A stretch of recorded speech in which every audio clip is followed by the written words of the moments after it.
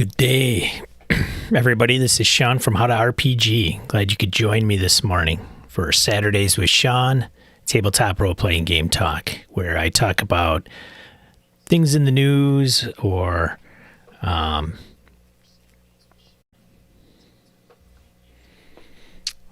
news items in the role-playing game news and topics du jour. My glasses are really dirty today. Oh, I hate that. And I didn't have time to clean them. Got a few things on the docket for this morning. I don't know if we'll get through all of them. We'll see. One of the things that I wanted to start off talking about was demiplane. And specifically the Pathfinder Nexus. So if you're not familiar with that, let's talk about it. So demiplane is their chief CDO, chief data officer, chief development officer, probably development officer. Hey, Dorigo, is the same individual that was the founder of D&D Beyond. And he left D&D Beyond and joined or founded Demiplane. And, excuse me, Demiplane created Pathfinder Nexus. And if you take a look at the website, it is the official digital toolset for Pathfinder. Create an account to dive into the free Pathfinder primer or primer, I guess, tomato, or pre-order additional Pathfinder books for early access to the content in the digital compendium now. So this is getting some buzz. Beetle and Grimm, I think, mentioned this as being a game changer. I think if you put it out to the public and ask, because of this implementation of this digital tool, would you be tempted to play Pathfinder? And I think that if you're not going to play Pathfinder, then you really don't have any interest in this. Same as D&D. If you don't have any interest in D&D 5th edition, then you're not going to play. You're not going to play, and you're not going to get D&D Beyond. So be it. It's definitely going to make Pathfinder players' lives easier. I applaud Paizo for teaming up with Demiplane to make this happen. I don't know if it levels the playing field as much, but it is definitely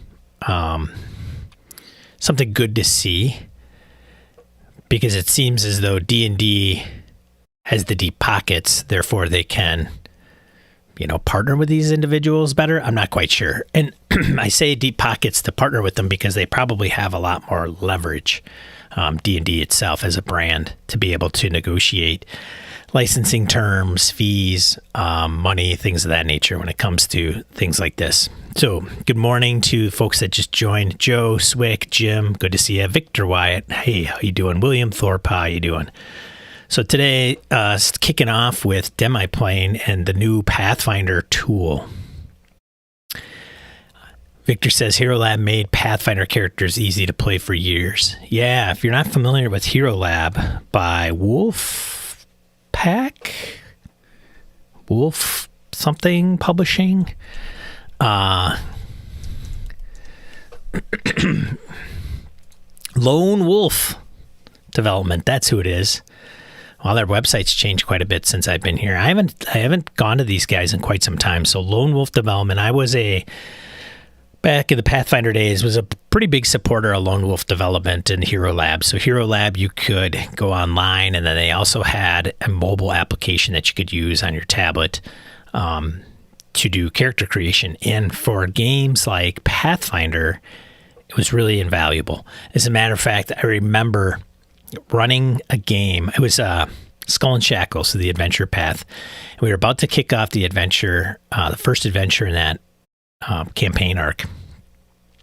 And while we were there, I think I had, excuse me, I think I had at least 6 players, might have been 7, and told them to create a Pathfinder character, keep it to Pathfinder books, no third party. And they all created characters, and I entered them into Hero Lab as they were done. So they said, hey, I'm done, Sean. I'd said, okay, great, give me your character. And I would take it, and then I'd put it in Hero Lab. Out of the 6, 7 players that we had, one of them had the right character. Like everything was correct. And now I could say, well, Hero Lab wasn't right, or I didn't incorporate a particular source book, and in result of that, a calculation or a feat wasn't brought in, and therefore the modification wasn't correct. It wasn't that. It was literally, there were so many moving parts to making a character in Pathfinder that doing it by hand was, I mean, you had to follow it to a T, or your character was going to be off just a bit. And what I mean by off was maybe they had too many skills, too few skills. The skill points weren't correct. Maybe one or two were off because they didn't add them correctly, something along those lines. I don't know. But it was is probably still a good tool. I haven't used it in quite some time. I think I still have Hero Lab files on my local drive for characters that I made years ago now. So, hey, Laramie Wall, good to see you. Laramie, one of our mods from Discord and our forums, the Gaming and BS side. So, anyways, kind of a diversion from Demiplane to Hero Lab. I had seen quite a bit of buzz about Demiplane and, hey, what if we bought products through Paizo? Can we get the same products at Demiplane? So if I've got the Pathfinder 2 core rulebook, insert supplement name, whatever, can I access that here? Now, I believe, and I could be wrong, that Adam mentioned online or in a thread, I think it was on Twitter actually, and said no, but drop me a line. So I don't know if it's a matter of you just bringing it to their attention. And I think the example that he mentioned why you couldn't was it's just that people would have all these receipts, and how would they be able to verify things of that nature. I think going forward, as you buy content through Paizo, this will become a component. So I'd be interested to know if anybody is an avid Pathfinder fan. I know Beer Leaguer, I think, does some Starfinder and things of that nature. I don't think this incorporates Starfinder yet. I have a hunch that it's probably on the horizon. So we shall see. And it even says coming soon, compendium listings, coming soon, character management, which is really interesting with Pathfinder specific. I have to say, I lost touch with Paizo. I lost touch with Pathfinder. Was a huge fan of them back in the, right after 3.5, 4th edition came about. And there was an app that I had on my mobile phone. And because Paizo was so good about releasing all of their content under SRD. I mean, everything, like anything that they published, except for the scenarios and adventure arcs, campaigns, modules. I mean, that app, and it worked well to the point of usability where, referencing as many tomes that Paizo would put out for Pathfinder is great. I think it was called PFSRD something org, had a weird name kind of to it, but literally you could put that on your phone, navigate it very well, and you had all the rules for every book that was out there. So I think some people realize that, hey, you can play Pathfinder. And you still can. I mean, Pathfinder, the original edition, hasn't gone anywhere. Paizo's just moved on. But I don't doubt in the least that you could get those resources and play Pathfinder the original Pathfinder 1, I guess we want to call it. So your heart's content, just like many other role-playing games that's out there. It's just not going to be maybe... it's, yeah, I don't know. Oh, so, yeah. Let me see. Victor asks, wasn't Paizo one of the early players in the, if you buy our book, you also get the PDF? Yes. You know, Paizo did some really good things in the industry. They really did. I liked their subscription, especially for their big campaigns, and they put out great quality work. My looking back now is that they're just so dense. You know, I don't know if I personally would find it to my gaming preference.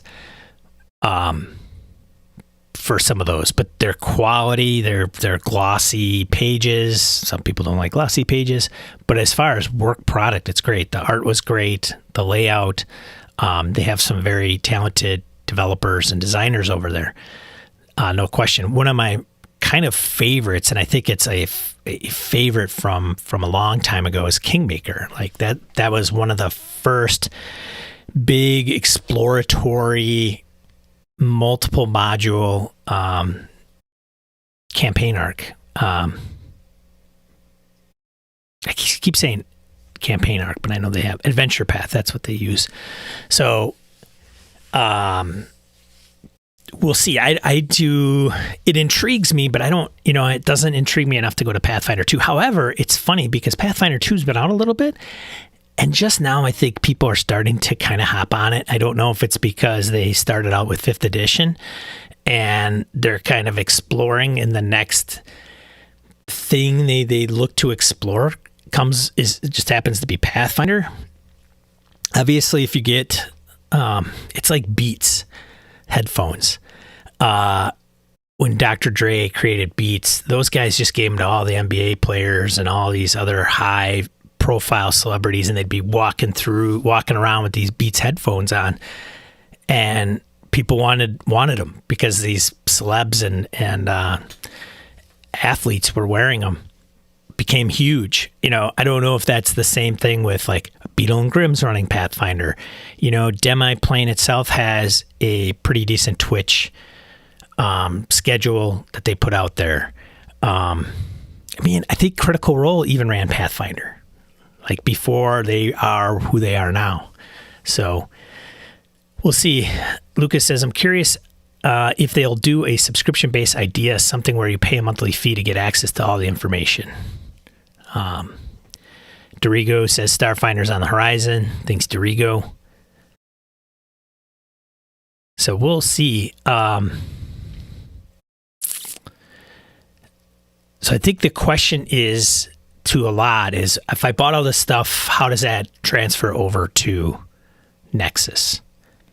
And I'm not quite sure off the top of my head, nor will I ever potentially be, because I don't think this is going to be something that I pursue necessarily. But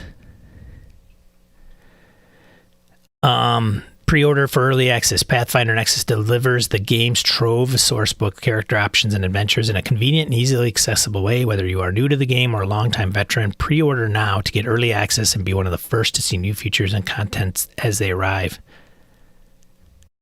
So I don't know if you can actually like use this yet completely. There's a free primer. And D&D Beyond, despite what your thoughts are on, well, I got to pay D&D Beyond so I can get the digital and the app, and I get, you know, a lot of people on D&D Beyond can use it for character sheets for free. Nothing. I think you don't have to pay anything at all. It's been a little while since I've been on D&D Beyond.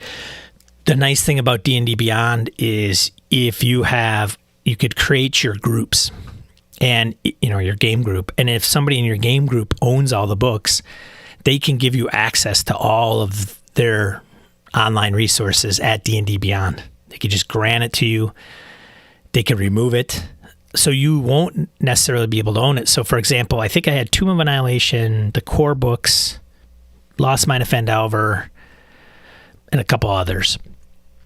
And I paid for all those. because I wanted to be able to access them on a tablet pretty much anywhere. A friend of mine in one of our groups, like, he had the huge bundle, like anything published by Wizards of the Coast on D&D Beyond that was on D&D Beyond, he bought. Sometimes they offer bundles.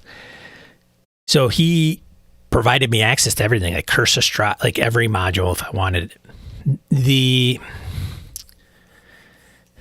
Obviously with D&D Beyond, it's the gates, right? It's gated off content.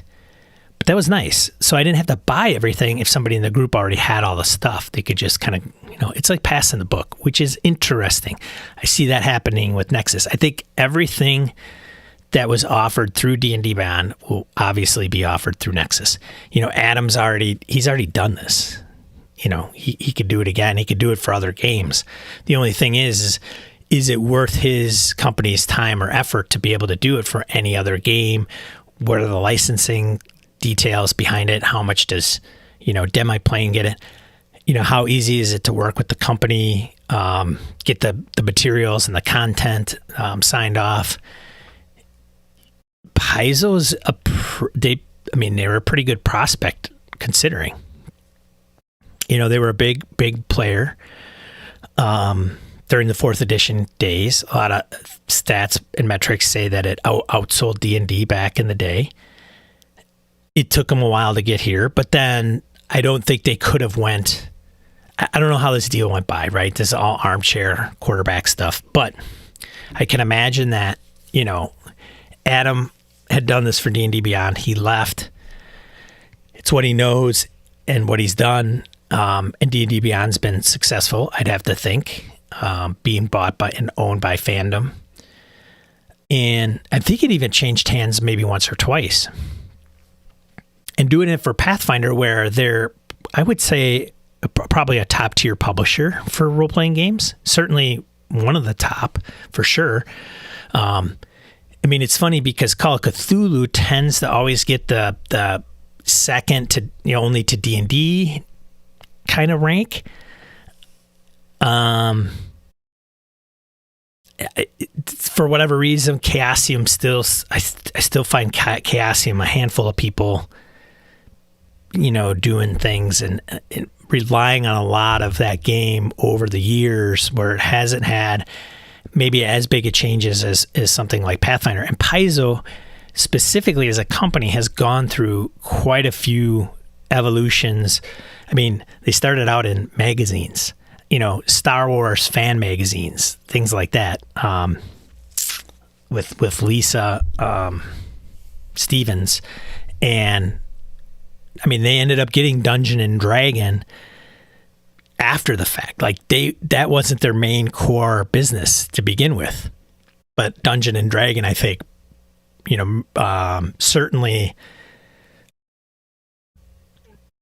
was probably some of their biggest subscription numbers. I don't know, if the Star Wars fanzine, I don't even remember the title of the magazine, how many copies they would move. But what I'm saying is, so they go through that, they get Dungeon and Dragon magazine, they do that for years in all its iterations up until 4th edition, right before 4th edition. Timeline might be a little off. Wizards decides to bring it in-house. They lose those two. Well, at that time, they're starting to do their own adventure paths with Rise of the Ruin Lords. So they're doing those for 3.5 D&D. So they must have pulled the Dungeon and Dragon magazine right around the end of 3.5, right? And so they did Adventure Pass with Rise of the Ruin Lords and a couple others after that. And then 4th edition came out. They didn't know if there was going to be an OGL for 4th edition. They couldn't hang around and wait, so they decided to do their own game based off of 3.5, SRD, and OGL. Became overwhelmingly popular. Some would say due to the demise of 4th edition and D&D's fumbling. And now the Pathfinder 1st edition's kind of run its course. They went into Starfinder, probably incorporated some, hey, we'll do Starfinder using a lot of the Pathfinder rules, tweak it to sci-fi, maybe dabble with what would work in another edition. Kind of like what 3.5 did with the weapons book at the end of 3.5. They started incorporating some 4th edition things I think they were considering and then playing them out. And then some of those got ported over into 4th edition. So with Pathfinder, Starfinder, Pathfinder 2. So we'll see. I mean, you might be able to get quite a bit more bang for your buck for Paizo dollar for dollar only by saying if you buy something through them,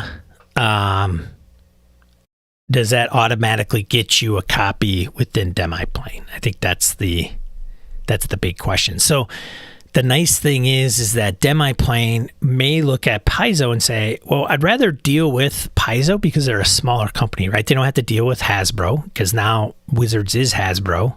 Now we can say that for sure. There's always been this talk about Hasbro putting the screws to Wizards.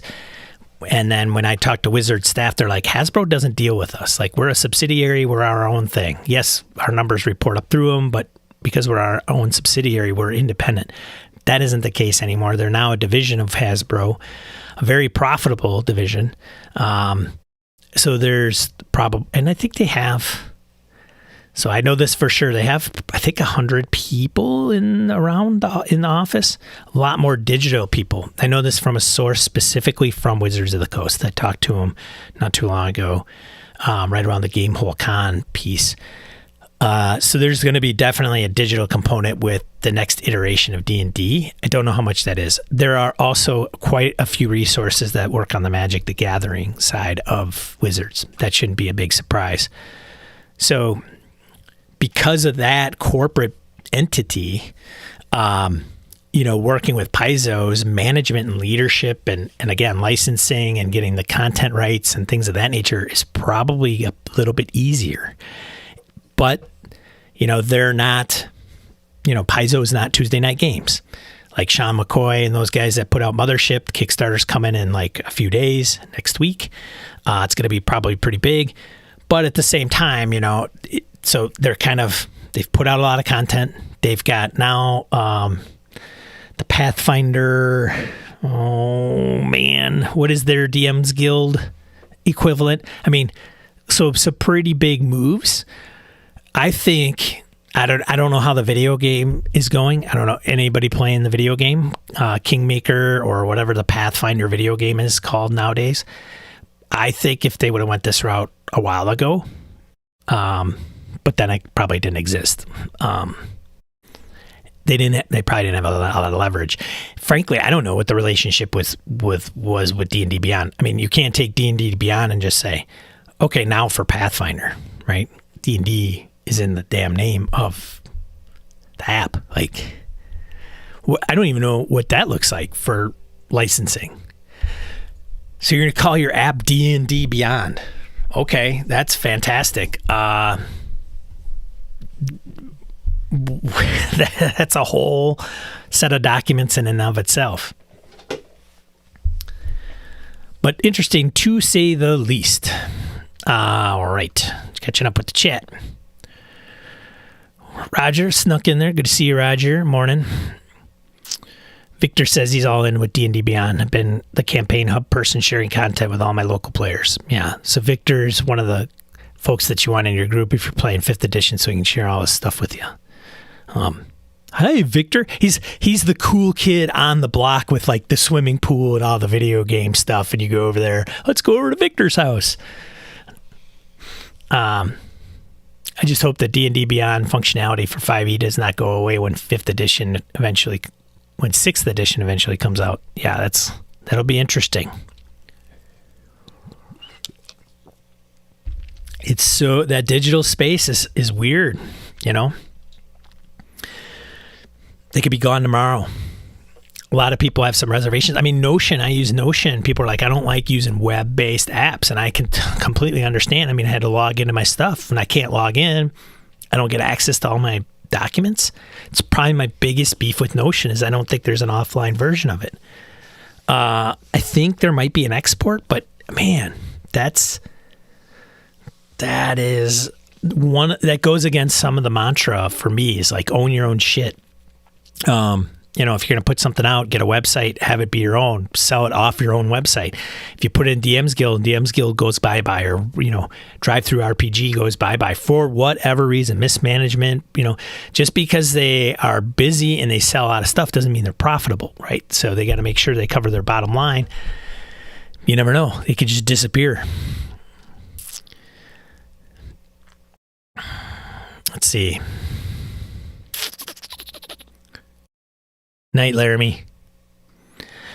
Wayne says Pathfinder Online will be shutting down at daily maintenance, 9 a.m. on November 28th, 2021. Oh, no kidding. Shutting it down completely. Pathfinder Online. Wow. Video games, I don't know, man. There's this Lord of the Rings video game was big. There was a subscription model behind it. Then they made it for free. Then they made it like in-game purchases. There's a few that are probably hanging on by their fingertips playing that, but it's not the game it used to be because, if you're not paying developers to come up with different, much more content, more scenarios, quests, items. I mean, I'm not even a World of Warcraft kind of guy, but if you don't keep developers and there's not like a revenue cycle behind it, and in order to have a revenue cycle, you got to have players paying for stuff. And if you don't, it's not going to succeed.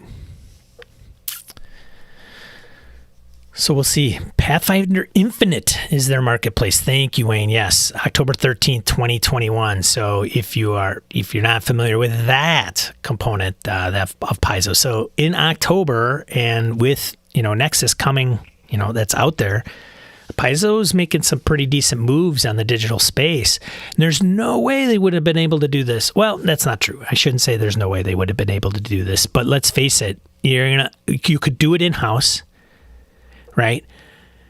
In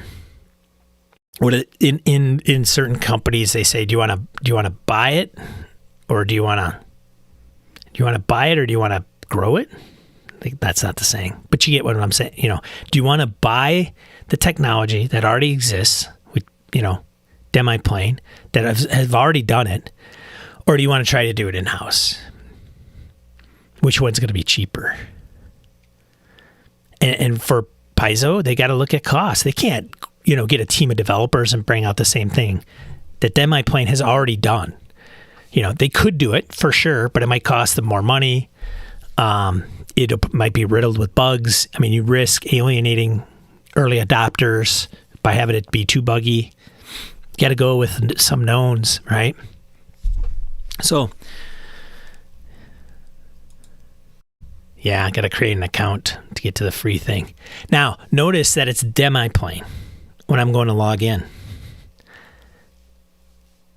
I'm telling you, Demiplane is going to be. They're gonna go crazy digital. They're gonna work with anybody that's willing to work with them that can fit into their model, as far as pricing and licensing and content ownership, stuff like that. So when we go here and we log into Demiplane, this is just my hunch, that if Demiplane is teamed up with Paizo, if they're teamed up with Chaosium, if they're teamed up with whatever company, if they have a digital component to all their rule books and all their supplements, and Demiplane has that, we're just going to have to log into this, and we're all going to have access to all those different companies' stuff.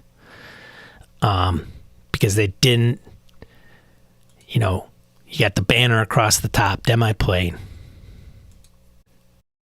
Right? Select your Nexus. So it just happens to have Pathfinder up here now, but this will grow for sure. And then it'll take you to a sub-site for that specific game or company. And then you're going to have all your digital shit right there. And why? Because Adam and the group over there are going, none of these role-playing game companies are going digital. They don't have the money or resources, so we might as well be that company. And it'll cost them money, kind of, maybe not, because somebody would say, well, they're not, that company, for example, Chaosium or Pathfinder, or, Paizo in this instance, would not have made that money because they don't offer that option. So if they don't offer the option, they wouldn't have garnered that money anyway. Paizo and Chaosium and those companies would probably say, well, they're chewing into they're getting a slice of our pie. Michael Drescher, hey, good to see you, buddy. Long time.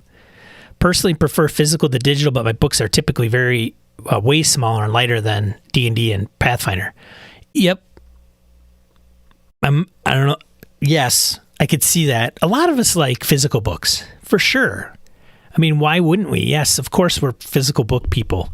We kind of grew up in the hobby that way. Next generation, they may just be like, what?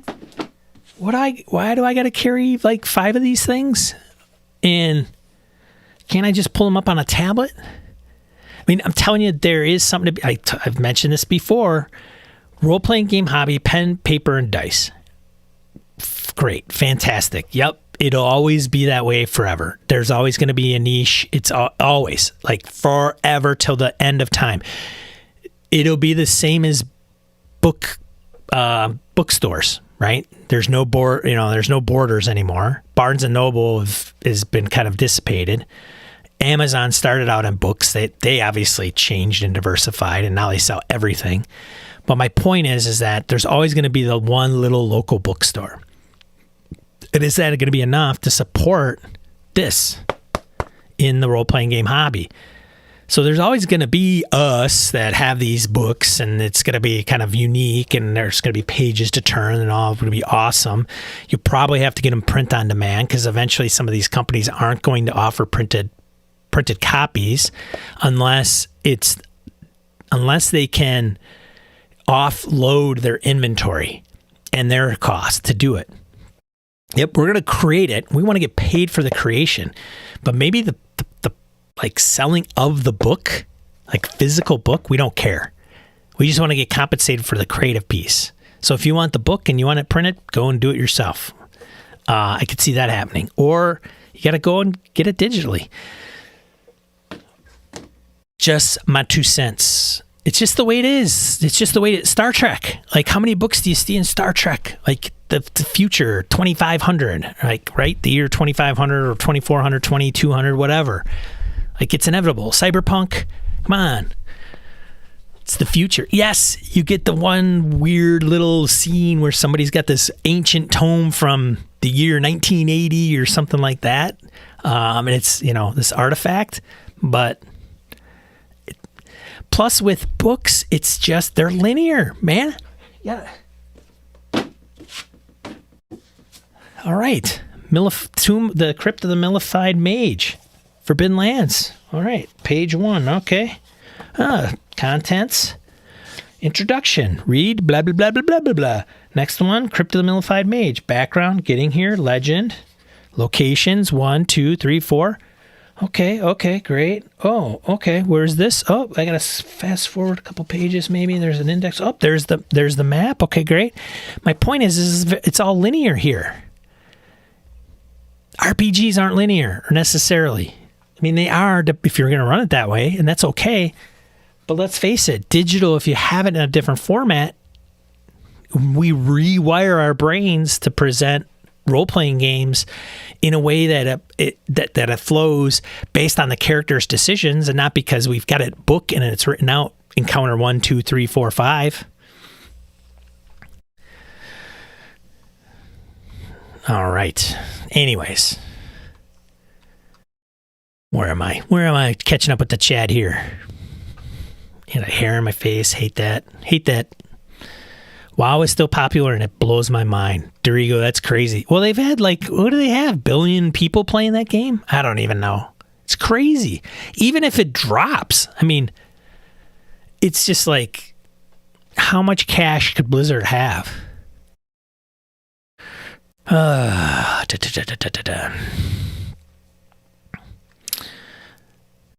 Yeah. Demi-plane Hackmaster. Oh, my Victor says that for Laramie. Does anybody remember what happened with D&D 4th edition character creator? Gleemax? Oh boy. I felt that was ahead of its time. will seem similar to how One Bookshelf did the company portals for a few publishers. Yep. I could see that. One Bookshelf. I mean, that's another player. I mean, they tried to do Astro. They're shutting that down. I mean, talk about an opportunity, right? Here's One Bookshelf. They've got pretty much, 90% of any RPG that's out there on their site for people to buy PDFs for, and then some are offered in print.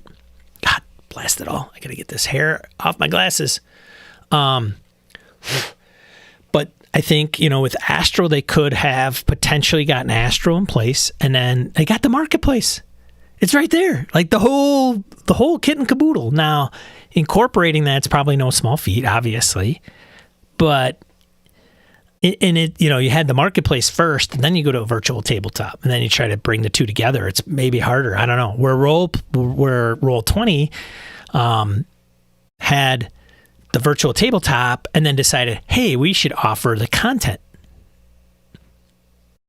and we'll take all the content and bring it over into our platform, and Sean can buy Tomb of Annihilation, and it's all mapped out, and all the handouts and all the files and all the maps and all that stuff. They just buy it, and if they select it to run, it loads them all up. Blam. And that might have been easier because in the virtual tabletop for Roll20, they have that as a feature to incorporate your personal content, right? You upload your maps, you upload your handouts. So all the kind of framework is already in place. So to do content, you're just taking the content that's already created and mapped and all that other stuff and just putting it in that hierarchy and into that framework. I don't know for One Bookshelf if that would have been viable the opposite way. Okay, we got all the content. How do we build a VTT around this? Oof. Ooh, I don't know about that. And subsequently, Astro's going bye-bye. So, yeah. Oh, boy. Michael Drescher coming to Wisconsin. Nice.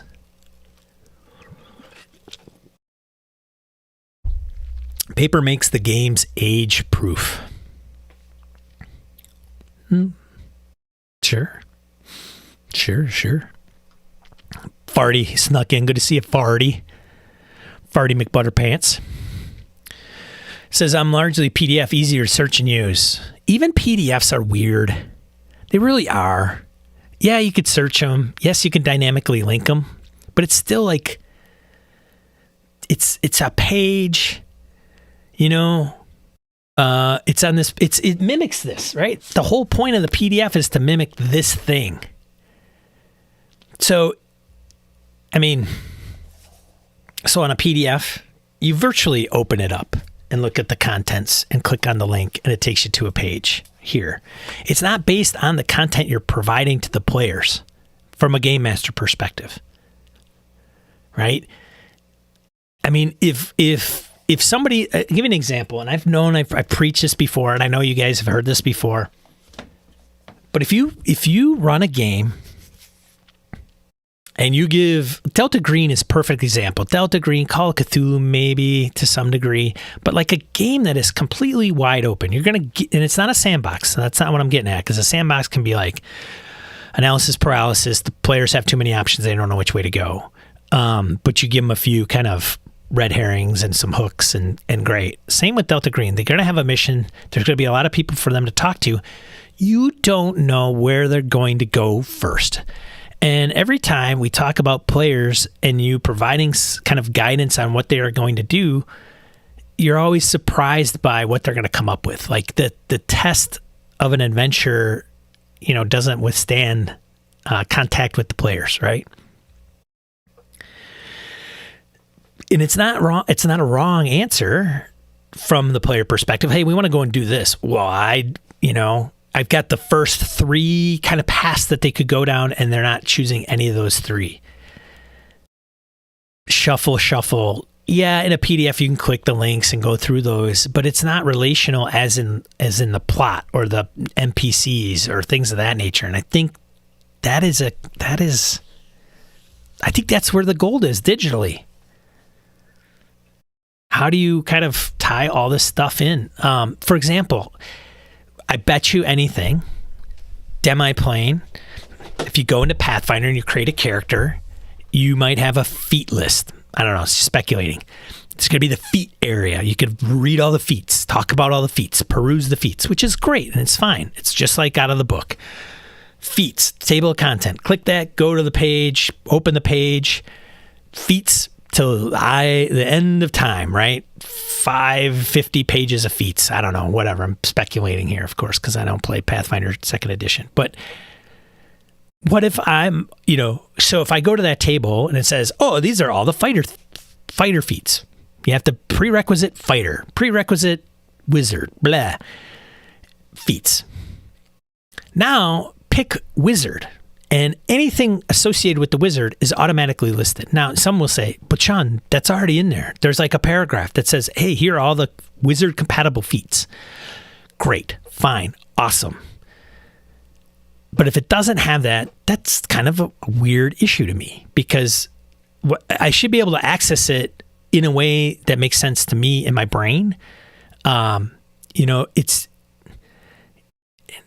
like Windows, the operating system. There's 5 ways to do one thing, and you're going to do it different than I, because of our brain works differently, or we've been shown it to be differently.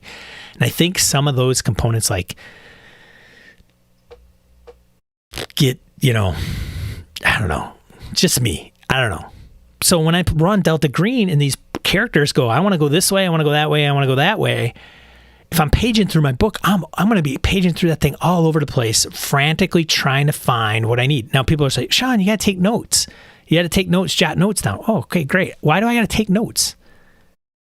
If things were relational in setup. So if somebody wants to go talk to Jane, and somebody wants to talk to John, and somebody wants to talk to Stephanie, or whatever, if I click on any of those, it should just incorporate anything that's relative to Stephanie, Jane, and John. And based on that, they may say, okay, I just talked to them.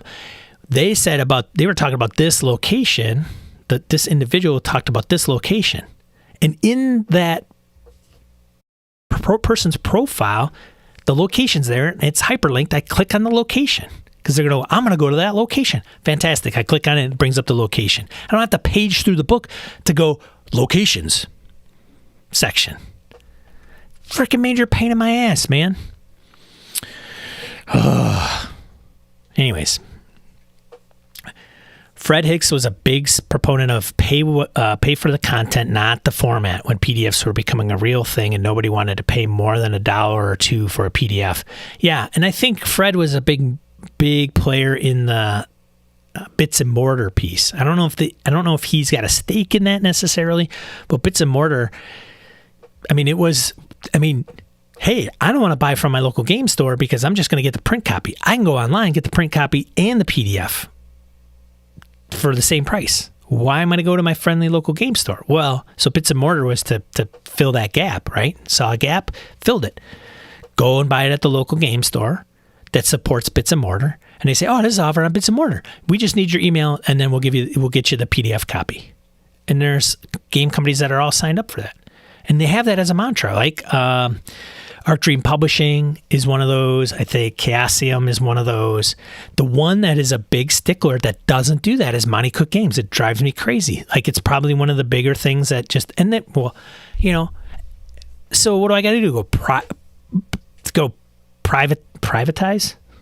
I got to go pirate and be a pirate and go down and find the PDF because I bought the book, but in order to get the PDF, I got to pay another $20. But I already own the book. So what would be the difference if I took the book, pulled it apart, ran it through a scanner, and now I have my own PDF and I created it? Is that pirating? Not if I don't share it, I guess, because I bought this, right?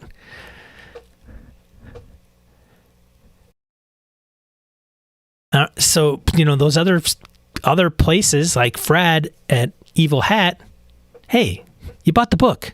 You're going to get the book and the PDF. The other way around, buying the PDF and getting the book, well, that doesn't work, right? Because you got to pay for that. You got to pay the highest, right? Because of the cost involved in a print copy. Anyways, I know you guys know this stuff. I know you guys know this. Battery power on my book is fantastic, more than all day. That's funny. Oh, ha. Okay. I got you, Wayne. I got you. I bet your phone never goes dead. Huh? How often does your phone go dead, Wayne? Come on, talk to me. Come on. Doctor Who would tell us they'll never get rid of libraries because we like the smells, the feeling that digital just can't provide. Michael Drescher. Yeah, for sure. Libraries are going to be around. They're not gone. They offer things differently. You can check out books electronically now. You could check out audio books, and I think like even, I don't know if you can get like albums and stuff. Weird DRM. Get a library, check it out. Very easily manageable, I guess, right? You check it out for 30 days. Once the 30 days lapses, you don't have access to it anymore, and then you got to check it out. And they can keep track of that. Oh, excuse me. I don't know. Jim Goldrup, good morning. Welcome. Victor White says he has Gleemax. Get out of here. Jim, I only learned about Gleemax last month. I wasn't paying attention to WotC at the time. Yeah, Gleemax, man. Oh, that video. I did a Saturday morning. I brought up Gleemax, and it wasn't Gleemax at the time. It was, I don't know if they were calling it D&D Insider at that point. I think that came later too, but they presented at Gen Con right before 4th edition, the character builder, and it just fizzled. Now, again, I think there was a bit of I mean, I think the lead developer passed away quite abruptly, and he might have had the keys to the kingdom, and then it just fizzled. So, yeah. I posted a photo of my Gleemax foam brain to Discord last month. That's right. Yep, for sure. Victor said it was a great idea, but poor choice in marketing. Oh, yeah. EPUBs are much better than PDFs, but databases go even further. Victor says EPUBs have some accessibility that you can't typically mimic in PDFs. And I think a lot of people have touted that, like, hey, PDFs aren't accessible, right? It's harder to, I think, tweak them. I think EPUBs you are able to, as far as like for, I think maybe for dictation for folks that are,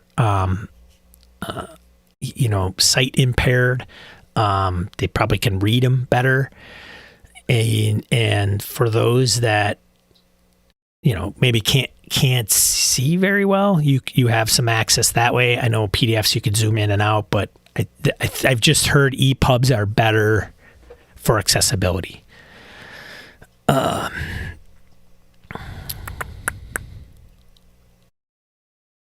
my gosh, niche. But using them offline's got to be a big one, I think, too.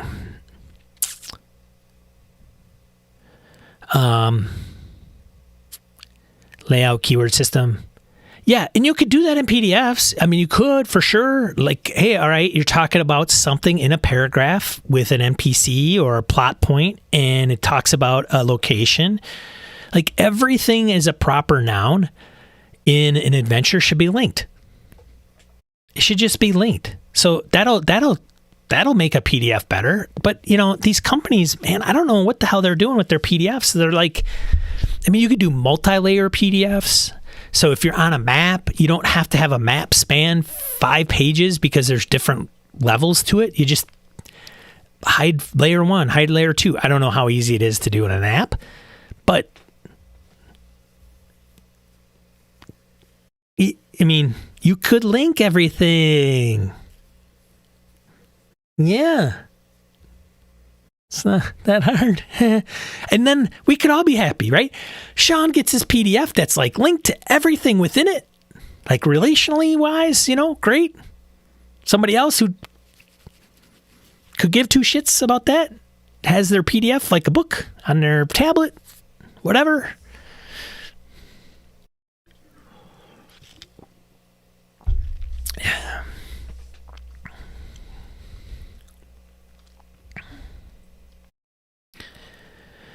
Green Ronin does not do the B&M thing either. Drives me crazy. I have to go out and... Oh, Green Ronin does not do that either. You have to go out and buy the PDF if I didn't buy the physical copy directly through the GR store.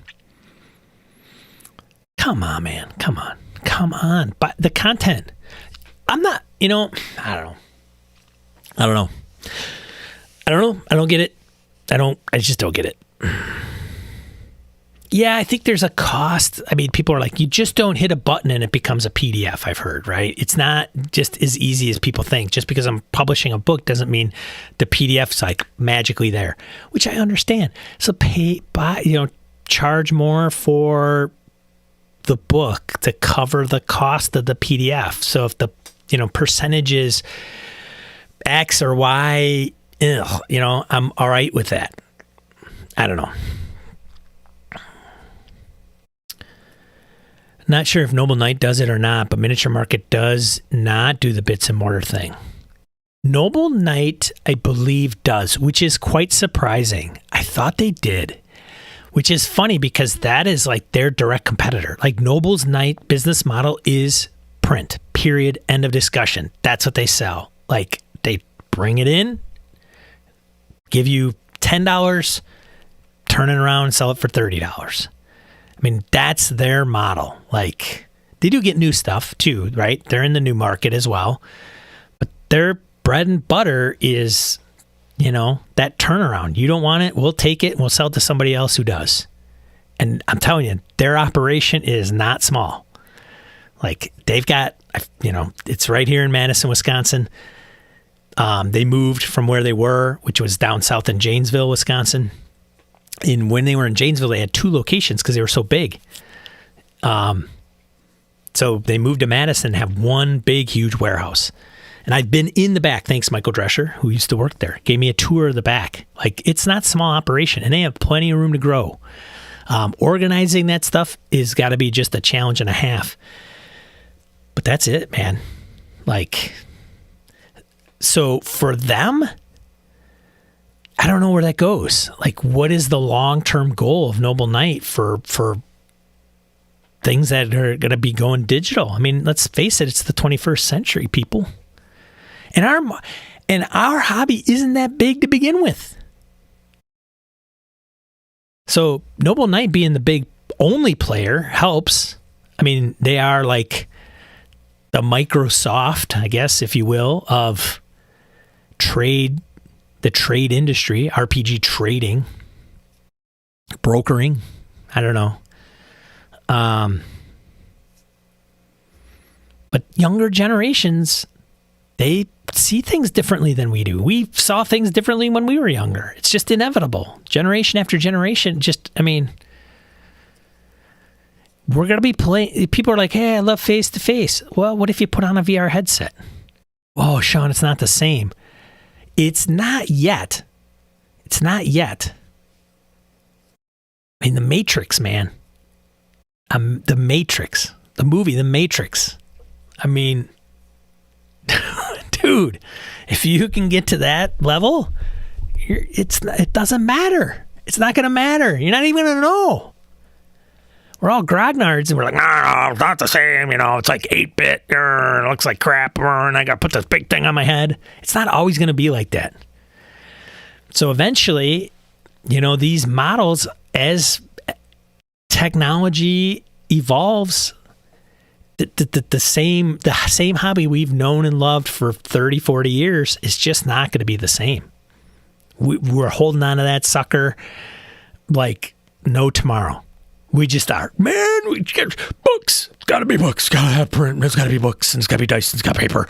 Because if it's not, then it's not a tabletop role-playing game. Oh, I mean, Blockbuster held on to that sucker for a long time, man. VHS tapes. Gonna need VHS.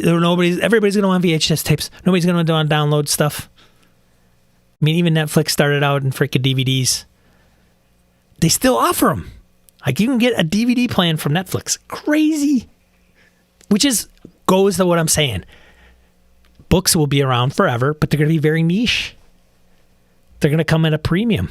You're going to be the antiquarian at the table. these younger generations, man, they're going to adopt stuff like, Pathfinder Nexus, D&D Beyond, or whatever the next iteration is. I mean, this is just coming out now. I mean, come on.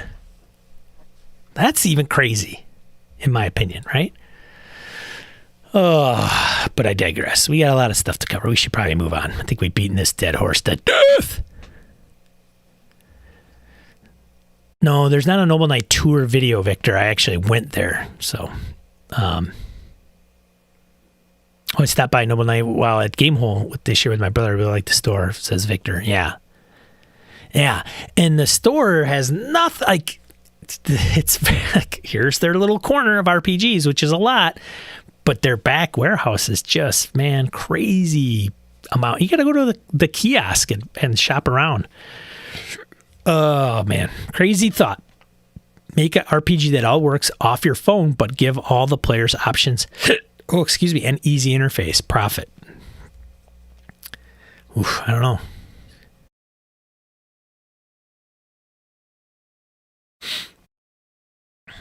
Change bad. Lucas. What's up, Lucas? How you doing?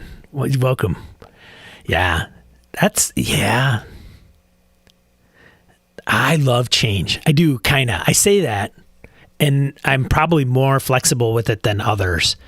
I go into corporations, this is the dumbest shit I've ever seen. Like this, why are we doing it this way? And it's just, people just don't want to change. I'm like, why? Why don't you want, like, it's not that big a deal. It's okay. It'll make things easier, faster, better. No, I want to be a lemming. I want to come in, take my rubber stamp, hit the book, move it over here. Like, it's just so strange to me. Yeah, I'm going metaverse. I'm telling you, VR has always been around. Not always been around, but I mean, it's been around for a long time. But Oculus, I mean, that guy, I don't know if you guys know the founder of Oculus. Like, I saw an interview because, long story short, I have a personal contact of mine whose daughter works for a university, name escapes me, but a reputable Division two school, like one of the, it's not Ivy League, but very reputable. Cornell? I don't know. Anyways, she interviewed the founder of Oculus. And that guy was 21 when he sold Oculus, or something completely ridiculous. I mean, that's nuts.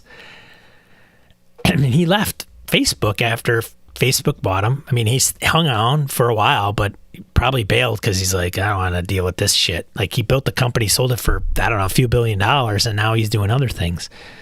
And it's so funny because it's like,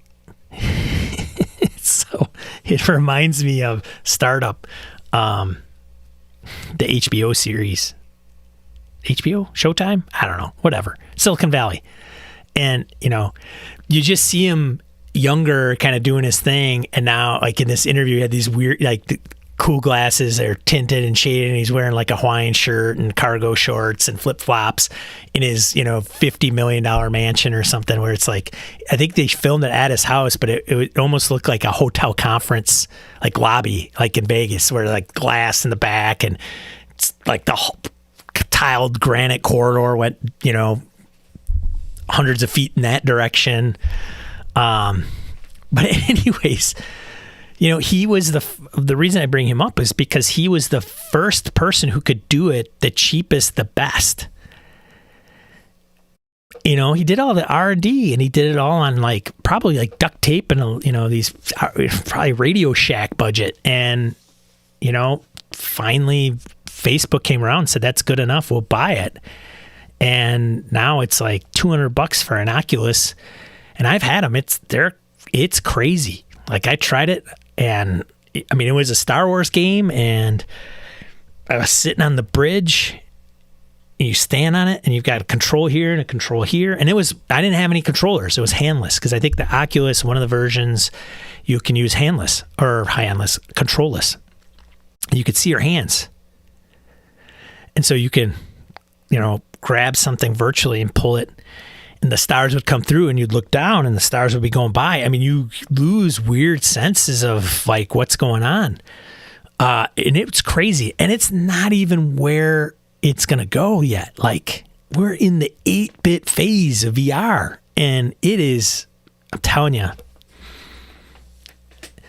putting on a headset and imagine like the biggest theater you've ever been in. And it's just like right here. Like, you don't need all this TV stuff eventually. It's just going to be gone. You're like, what?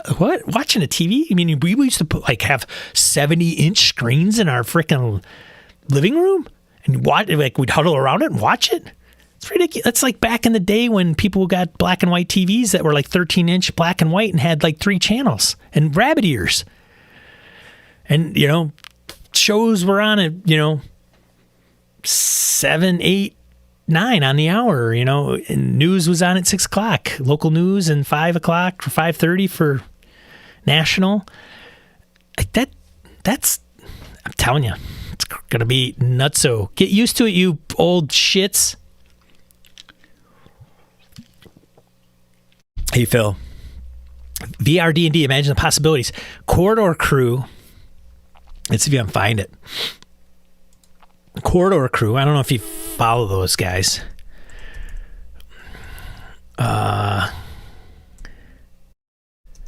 They do. They're big YouTube, but they're like an effects animation shop in LA or wherever it is.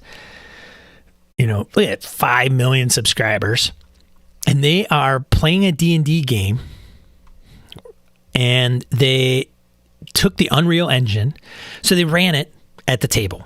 Okay, let's run this game.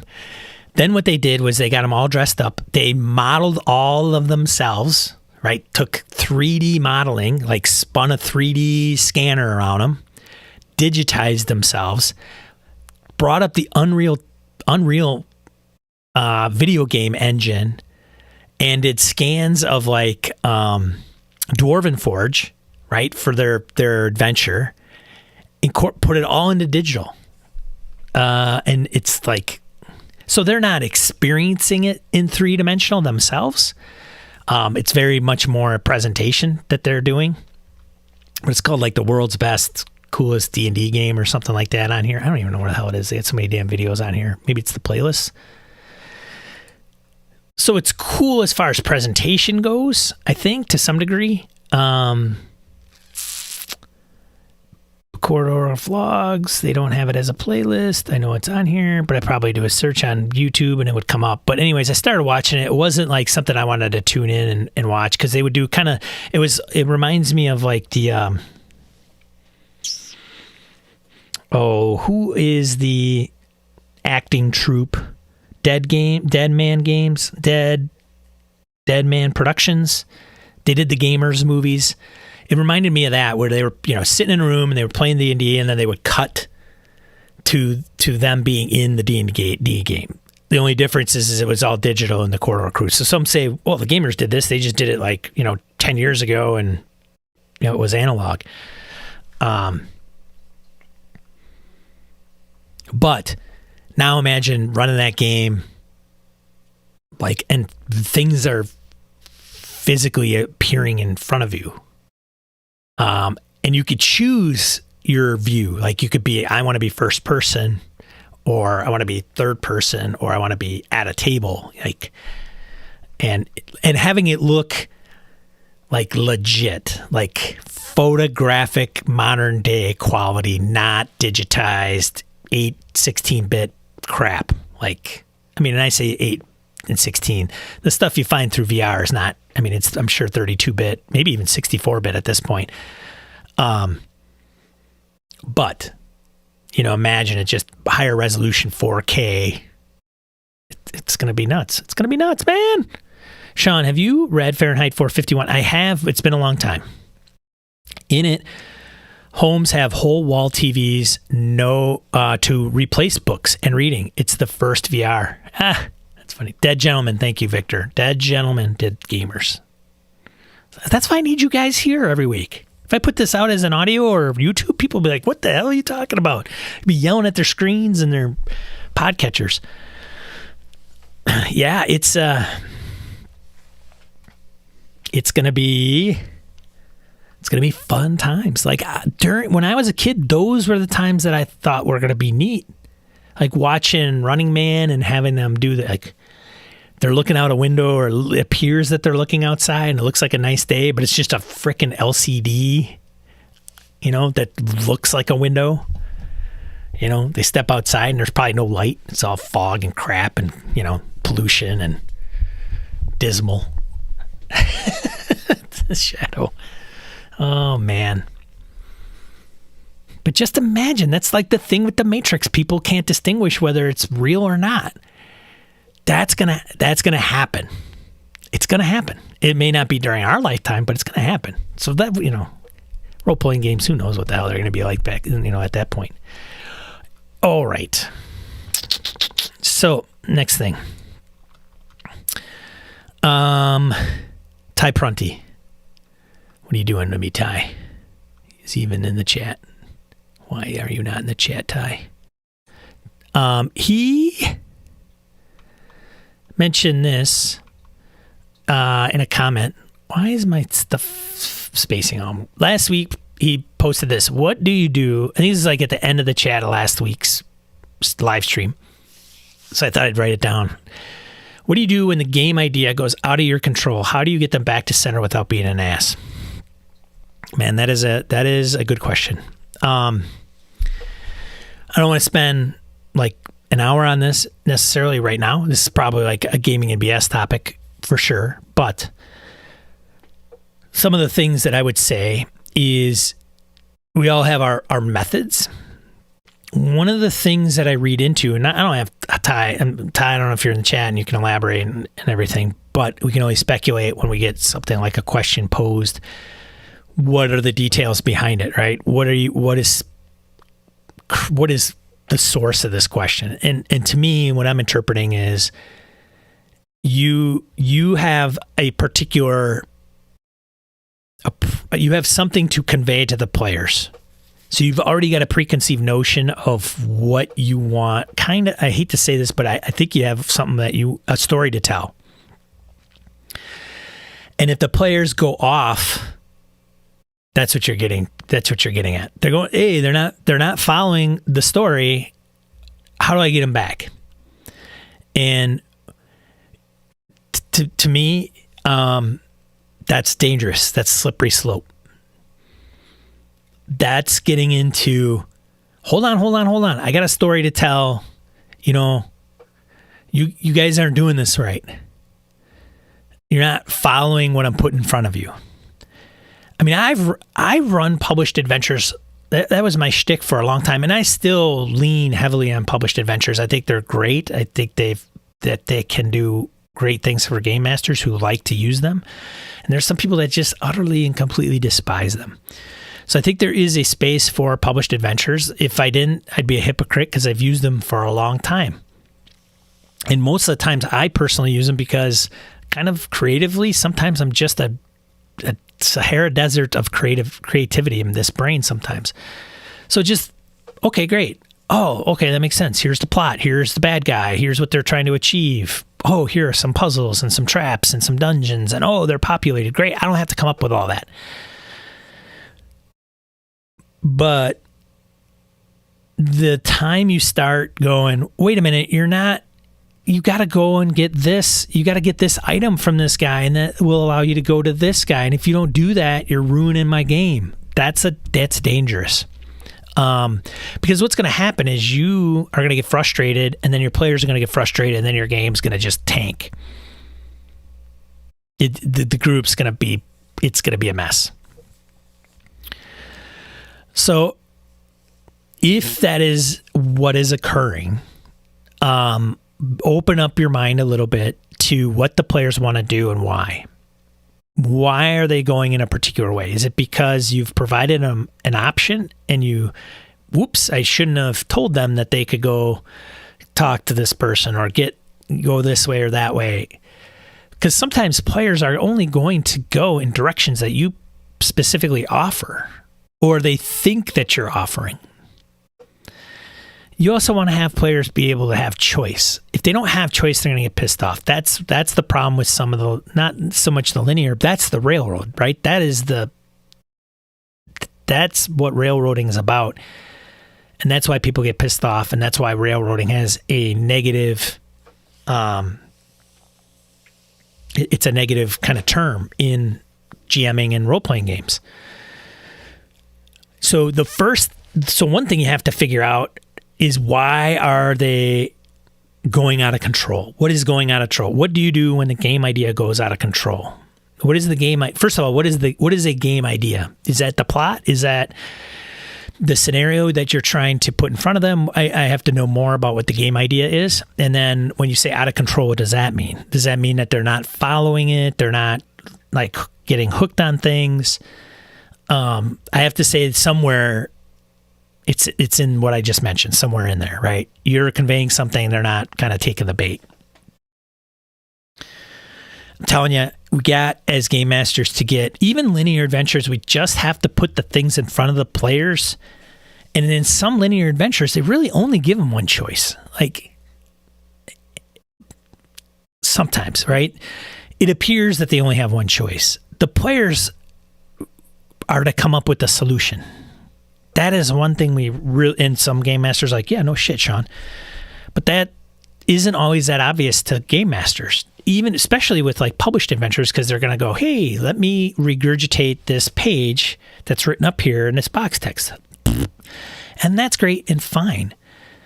But we have to keep in mind, as we're reading that published adventure and the scenario and the details, and realize that our purpose as a game master is just to give them what is in front of them. And that the players, they're going to love your game 1,000% more if they feel that every decision that they make is impactful in some way, negative or positive, but it's impactful. Like, they have agency, right? That agencies are thrown around all the time. Do players have agencies? Don't take player agency away from them. Railroads take player agency away. So if you provide them, even with a linear adventure, with problems, let the players come up with the solution. They're not going to follow the solution that may be in the book that's written, and that's okay. You'll be fine. Your campaign won't die. I assure you, your players will love it. But it's something we have to kind of let go. It's like a control. It's weird. It's like it's being on like a motorcycle, which is, trust me, dangerous. But it's like on a back of a motorcycle, where the first time you get on, you're scared to death because you've never been on one, and the control is all on the individual that is driving it, right? And handling the cycle.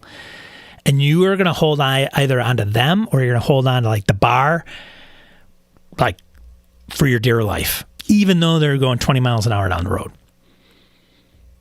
Okay? To get out of the linear, and this is, hey, I don't want my characters, it's going to get out of control. As a game master, we have to be the person on the back of the bike and enjoy the ride and just let go. Because you're not going to fall off. You won't fall off. But you have to just let go, and you'll enjoy the ride, take in the scenery, and trust the person that's driving the bike to be aware of everything else, and make sure you're not going to go off the road and hit another car and have hopefully not a car hit you. But that's the thing. It's like a roller coaster. Holy shit, I'm scared to death. But if you just let go and let it sink in, and just, you're like, these things, the harness, those big steel bars that come down, they're not going to have you fly out when you do a freaking corkscrew. That's what we got to do as game masters. We just got to let it go. Let the players decide what they want to do and how. If it matches up with the linear adventure kind of solution piece, great. If it doesn't, that's okay. Roll with it. And your players are going to think it's that much greater. Agree? People in the chat, disagree? What are your thoughts? Let's go there, huh?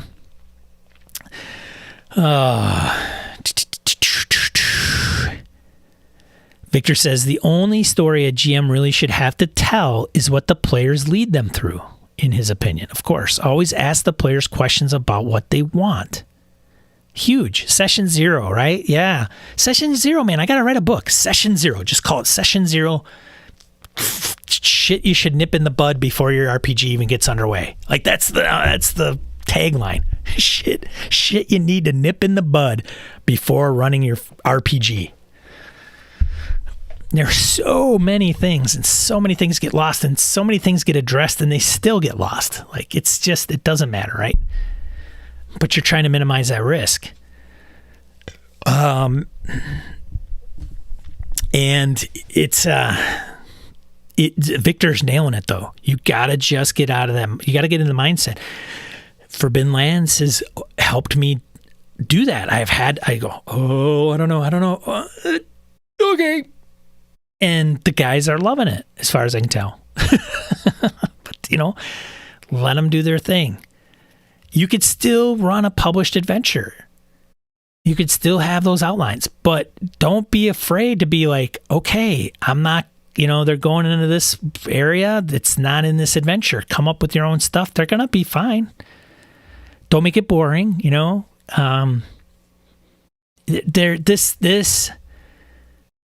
This question, this thing is way bigger than what you're putting out there. How do you get them back center without being an ass? And the thing is, there are going to be ways to get them kind of back to where you need to, right? So if they're investigating a story in Delta Green and they kind of go off, and maybe they start, in Delta Green, I kind of had you always have a fear where you'll give them a detail, they will latch onto it. Is there no relevancy? No relevancy, that's not true. But there's no major, there's nothing in the scenario maybe that has anything to do with, hey, this person is related. Oh, then it must be that person. Let's go check it out, interview them. Oh, they're totally guilty. We need to pursue that. And all of a sudden, in the scenario, it is nothing and just a red herring and doesn't contribute to anything of the plot. Now your players are so focused on them that they won't go anywhere else, which could be tricky. And sometimes you'll know in a point in time how to kind of redirect them back. And there's going to be times when maybe it doesn't go back, but that's okay. It might end up for the best. But if you're trying to get them and force them, it's not going to work out well. It's just not. And being like, how do you get them back to center without being an ass? If you heavy hand that, you're inevitably going to be the ass. It's just going to come about. And ass is kind of strong, right? Being an ass. Somebody will be disappointed. They'll be like, oh, okay.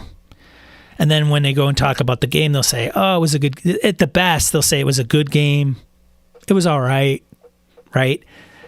Worst case, they're going to go, we wanted to go this route, and the game master just was insistent of bringing us back and kept bringing us back. It's tricky. Sometimes you'll know it when it's like running an open adventure and knowing when to insert things that you have in your back pocket. Running Forbidden Lands, I got to have some things set up because I don't know what the players are going to do at any time. And it's good to have a couple things in the back pocket. So if they're going to encounter a group, well, what does that look like? Are they going to fight them? They're going to negotiate? What is the group there for? Are the players going to pick up on that? If they do, then what happens? So then, okay, well, what if they're overwhelmed? Say they choose to fight and they're overwhelmed. What's going to happen? Do I pull punches? No, I don't want to do that. Can they be rescued? I don't know about that. Maybe, possibly. Does it make sense? Oh, they met some NPCs before. Maybe they come riding into the territory. Is that feasible? I mean, are they 1,000 miles away on horseback? And all of a sudden now they're there in half a day? I don't know how feasible that is. Well, I could probably, maybe there's a wandering monster that comes through. That could be, right? Because that could happen. And now they're forced to fight on, the bad guys and the monster? Or maybe the two human groups team up to fight the monster and then work out their differences later. You just have to know when to be able to throw in certain things for when you need to. And that's it's like having a shelf of stuff on your wall, on a bookshelf, on a shelf on your wall, right? Bunch of whatever. And as things come up, you just look at the shelf and go, this would be a good time for that thing. And you just go whoop and throw it in front of the player characters and see what they do. But I don't like. Whoops. I think Ty. I'm more than happy to elaborate if I have more details about it. But you just have to, my thing is just be careful on what you mean by out of control and how do you get them back to center. Reminders sometimes don't hurt because sometimes the players they'll get focused in on something and they'll forget about the big picture. Like, hey, Tomb of Annihilation, Death Curse, like it's going to happen and it's going to affect people that you know. Oh yeah, that's right. That's why we're going into this tomb, not to fight the Demi-Lich, but the Demi-Lich because of the Death Curse, blah, blah, blah, whatever. Giving them options, summations, recaps can help do some of that. Like, okay, last time, Delta Green with the guys and gals that I'm running on Sunday, it's hard. There's a lot of moving pieces, a lot of moving parts. So sometimes it's just saying, well, you could do this. You could. Roger's in that game. He's in the chat. So, pointing out some of the things and some of the options that they've come across and may not realize that it's in front of them. They're taking notes. They're in the moment, but they forget maybe to ask a question, or they forget something appeared in the scenario and they might not have written it down, and it could be something that propels them forward a bit. So just even bringing it up like, hey, just remember, you have this person who's the victim, you've got their friends, you got their family, you got this, you could talk to any of them, you've got the phone numbers to them, their addresses, whatever. You don't know, someone will say, well, what information do we have about any of them? Nothing. You've got their phone numbers and their addresses and the relationship to the victim. That's it. Oh, okay. Well, that should tell them if they need more info, they need to go and get it somehow. And then they go in that direction. And some of it's going to be accurate and some of it's not. And some of it's going to be worth it. Some will propel the scenario forward and some won't. I don't know if that helps. Ty, thanks for I cannot switch scenes. Thanks for commenting on that. I know the chat's got all kinds of ways to maybe think about that. Riddell, good to see you. Says in the chat, I feel like I just have a chat with the players. Okay, so I'm not prepared for that yet. Give me till next session and I'll have that idea and area fleshed out. Yeah, nothing wrong with that. Nothing wrong with that. I think some game masters will push that, and then then it kind of like they're trying to put it together. They're trying to build a ship when it's or the plane when it's in flight. Nothing wrong with, hey, let's land the sucker first and put some things together and then I'll bring it back. I think it depends on how quickly that happens. Like if I did that with my Forbidden Lands game, okay, we're an hour into a 4-hour session. Shit, nothing wrong with it by any means. I personally would feel pressured to put something together on the fly. Now with Forbidden Lands, you got random encounter tables, things of that nature. That's why some of these.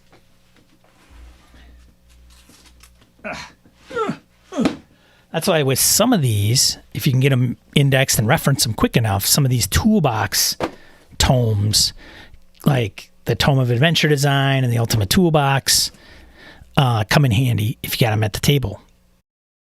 Because you might be able to just randomly roll them up. And if you're playing like a fantasy game, which these tend to kind of focus in on, you might be able to do it within 10 minutes. Like, hey, everybody take a break, go walk your dogs, get something to drink. I'm going to come up with something quick. Roll a few tables. Okay, this makes sense. Got it. Write it down. Boom. Then you can go maybe another hour or two before you need to maybe address something else. But game mastering is no joke. Good game masters. That's another thing I didn't put on the agenda today is somebody put out there, there's Matt Mercer and Satine Phoenix and, B. Dave Walters and, Chris Perkins. They're all great game masters and streamers, but, who else do we need to highlight that are good game masters and that may not be as known as them? I think we can watch some of them and say, oh, they're probably a good game master. I don't know.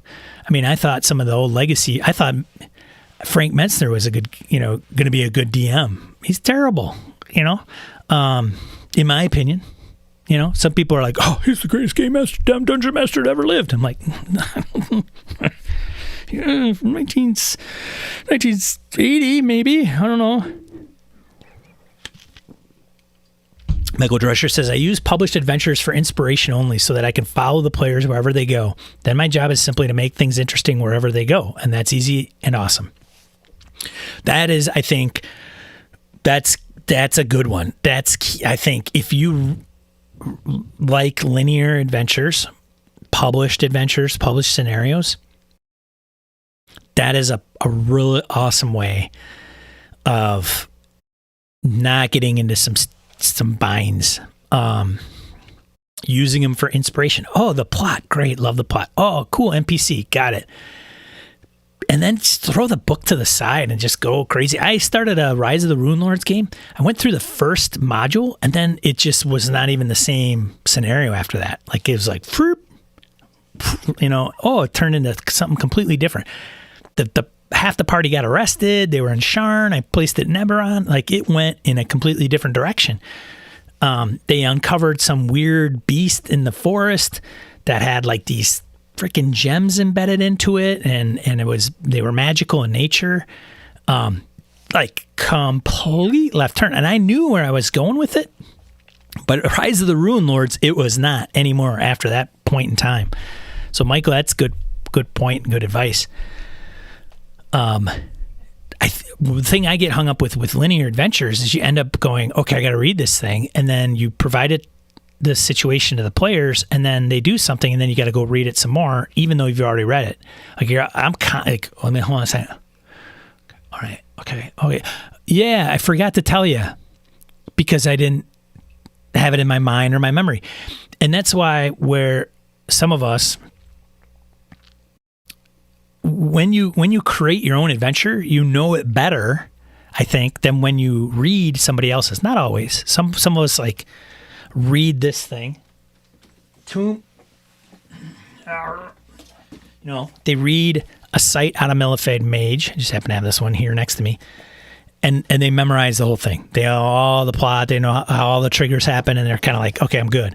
Me, I'll read it and be like, oh, wait a minute, hold on a second. They're asking a question I can't remember. Okay, now I got to sit there and page through where I found it. Sometimes they're not laid out very well. Again, no hyperlinking, no relational database kind of thing. So you run into a pickle, and then your game grinds to a halt. All the while, you can just make up anything, and the players never know. Redelic C says, or if it's my own setting, I probably know enough about it just to wing it. Bingo, exactly. There you go. Hey, Harrigan, good to see you, man. I saw you slip in here. Morning. Catching up here. Oh, the tool shelf usually comes from experience. Run more games, make more experiences, Victor says. Yeah, this is no joke, man. Game mastering is a process. It is a journey. It is a craft. Like, even with podcasting, YouTube, creative, painting, sculpting, anything that's like craft related, your first go at it is going to suck. It's going to suck. Now, game mastering, you could probably be an okay game master right out of the gates.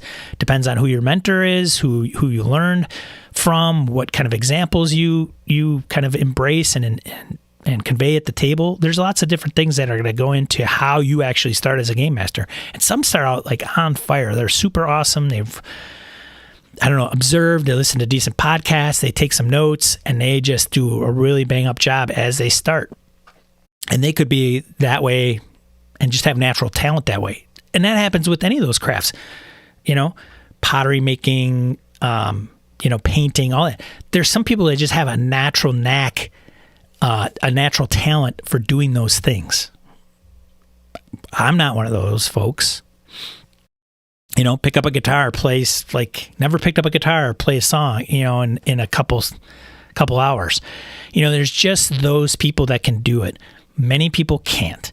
So it's a process to learn how to become better, how to kind of form your groove on what works and what doesn't for you, whether that's like, I don't like to take notes. I love note taking. I use this tool. I hate that tool. It's all going to be all over the place.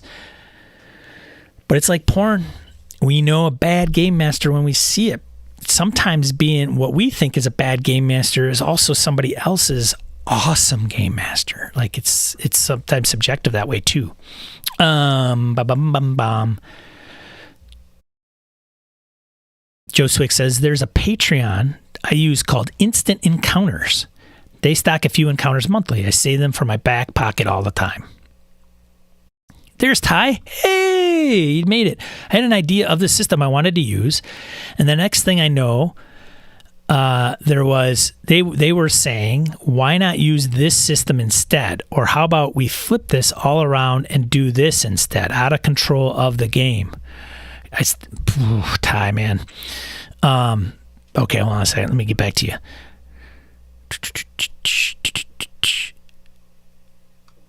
Oh, man. Victor says he's talking about Wayne. Session 0 and keeping the goals on the table is very helpful for everyone. Ties here. If you're going to do a super, you should use this. Okay, this helps. Thank you. He says, if you're going to do a supers game, you should use this system. No, you should use this one. No, you should use this because you will be OP. It just went crazy all over.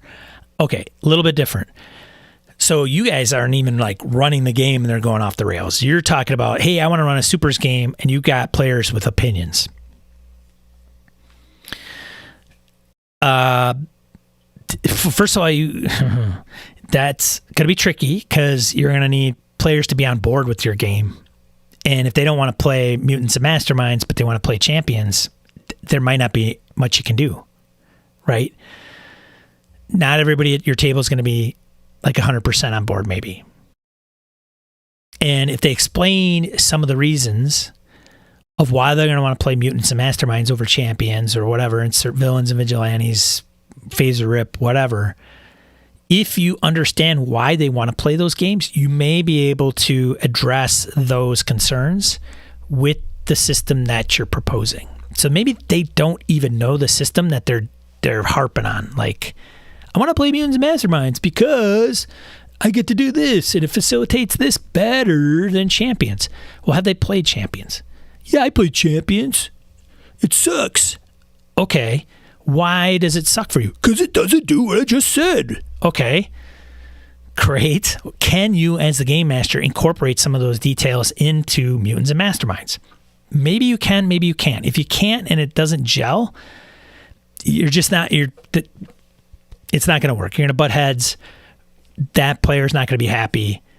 Or you acquiesce, another player's not going to be happy. Or you're not, because you're running a game that maybe you're not system mastery and you want system mastery because it's going to help you run a smoother game. Or you say, okay, I'll acquiesce, but just keep in mind, I don't know that system very well. I know this one better.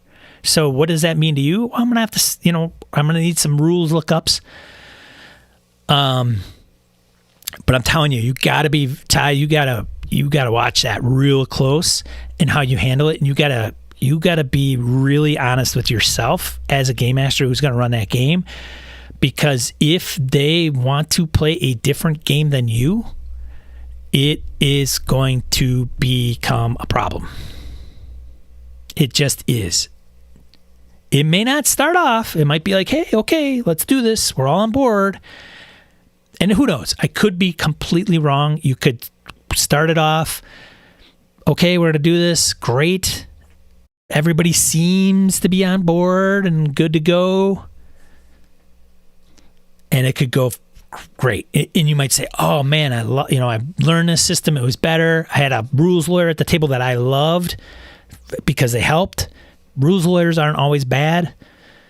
I leaned on them to make some rulings quickly and help me out in navigating that. Super. If that's not your jam and they do that, then you're going to have a problem. But opt in, man. Opting in. this is what I'm going to run. This is how I'm going to run it. Here's the tone. Here's, the CAT system. Everybody in? Is everybody buying into everything I'm putting down? Yes. Cool. Great. No? Let's talk about it. Let's talk about it.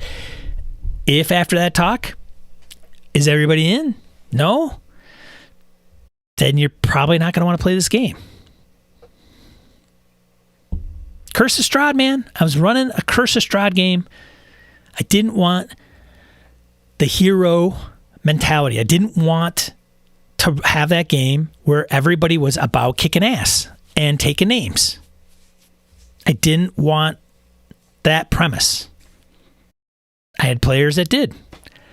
It did not go well, amongst other things. And some didn't like how they were stuck in Barovia. Like, that's the main... You're stuck in Barovia. You're not leaving until you figure all this out. That sucks. Well, now I'm pissed off. Well, the player's pissed off. Your player character, sure, but it's coming through on both sides. But if it's not where people are kind of understanding, like, okay, what's table stakes? Like, what is kind of the baseline for all of us here? The game system itself, I mean, just imagine as a game master, everything you're going to have to come up with. Plot, NPCs, treasure, no treasure, a reward system, incentives, whatever. Scheduling, talk about even meta. Scheduling, place to play, venue, if you play online, what are you going to use? All the crap you got to put up with Game Master. If you can't agree on game system, you're in a lot of trouble. Because it's only, all that other stuff could, it's like, that's, hey, can we all agree we're going to play Delta Green? I mean, what does that mean? Well, it's got the skills. Well, I don't want to use those skills. That's a problem, right? You gotta get them on board, Ty. I don't know. It's, Victor says, so the players are second guessing the system and that level of stuff. And he says, yeah, that's one that's tough to deal with, Victor says. Group consensus with little extra weight from the GM's familiarity for the system usually works. Ty says, oh man, where'd my chat go?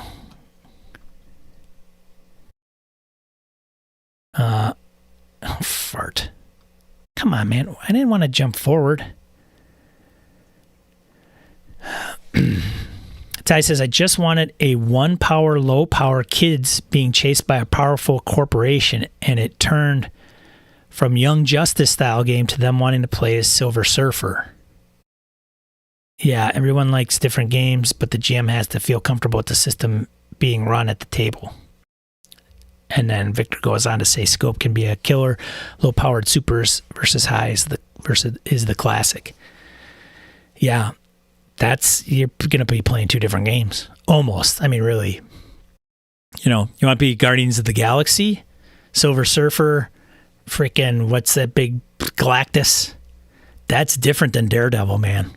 Daredevil's not taking on Galactus, even though there's probably a comic with him in there. But yeah, that's session 0. Like, this is what I want to run. Oh, no way. I don't want to be, is that good?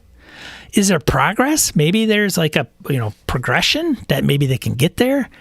If you put that in the tone up front, maybe then they can buy onto it. But if you're wanting street level and they want Galactus, Silver Surfer, it's going to be bad news. Bad news. And let's face it, that happens.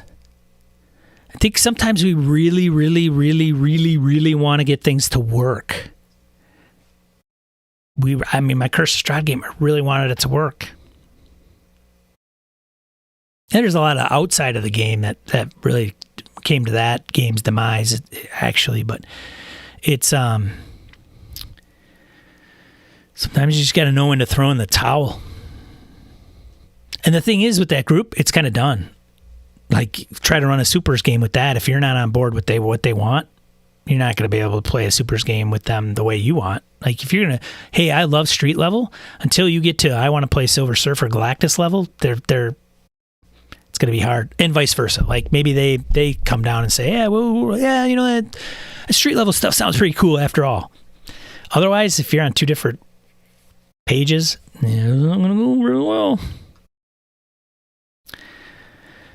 Harrigan says, this is why I generally don't like published stuff. I'm terrible at remembering details from the module. Love one-page dungeons, 3 to 4 page adventures that are more frameworks or starting points.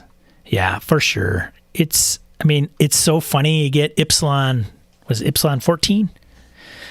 Mothership? It's a brochure, man. It's a freaking single-page trifold. And I'm like, I probably paid $5 for that thing. Like, but you can just roll with it. Like, here's the deal, and then just put it in your brain. And then what happens is the players ask questions. You go, I don't know, it's not in there. Yes, that's the thing. Yep, it is. Yep, you're right. And by the way, because you asked that, you actually know this and that, and it's written on this wall, and there's a device over there, and they don't know. You just go with the flow. That's the yes and thing, right? That's for sure. Lucas, I like to run pre-made games, but I go out of my way to have the player tied to the store to get the player engagement, so they push the story, not me. Tied to the story, right? I go out of my way to have the player tied to the story to get the player engagement, so they could push the story, not me. Yeah, they gotta have. I mean, there's a connection kind of piece. Ty continues. Part of the reason is going back to his supers. I was going low is because it has been a while since I have a GM. Well, okay. So Ty, you're equating your experience as a game master to the level of supers game? Is it? I'm not sure. I mean, it's got to be a comfort level with you for sure. But the reason I'm perplexed is because whether you're running a low level supers game and a high level supers game, if it's in the same system, some of the problems you might throw at the player characters in a Galactus Silver Surfer level game, maybe a creative component, right? Because like on the street level, I agree. Street level, that would be where my head's at, just because it's easy just to, throw Kingpin down, a bunch of mobsters or whatever that's screwing up the city, and Daredevil and the Punisher and what's his name? Can't remember the big guy's name. You know what I'm talking about. Anyways, they come along and clean up the streets. Those scenarios and situations are a little more down to earth and understandable by this guy's brain than, you're playing Fantastic Four, Silver Surfer, Superman, Galactus. Yes, I realize those are DC and Marvel, but what problems are they encountering? I mean, I guess on a mega level, their streets are the planets, whatever. And you got to go and clean up the streets. I don't know. You got to do what's comfortable for you, man, if regardless of what it is.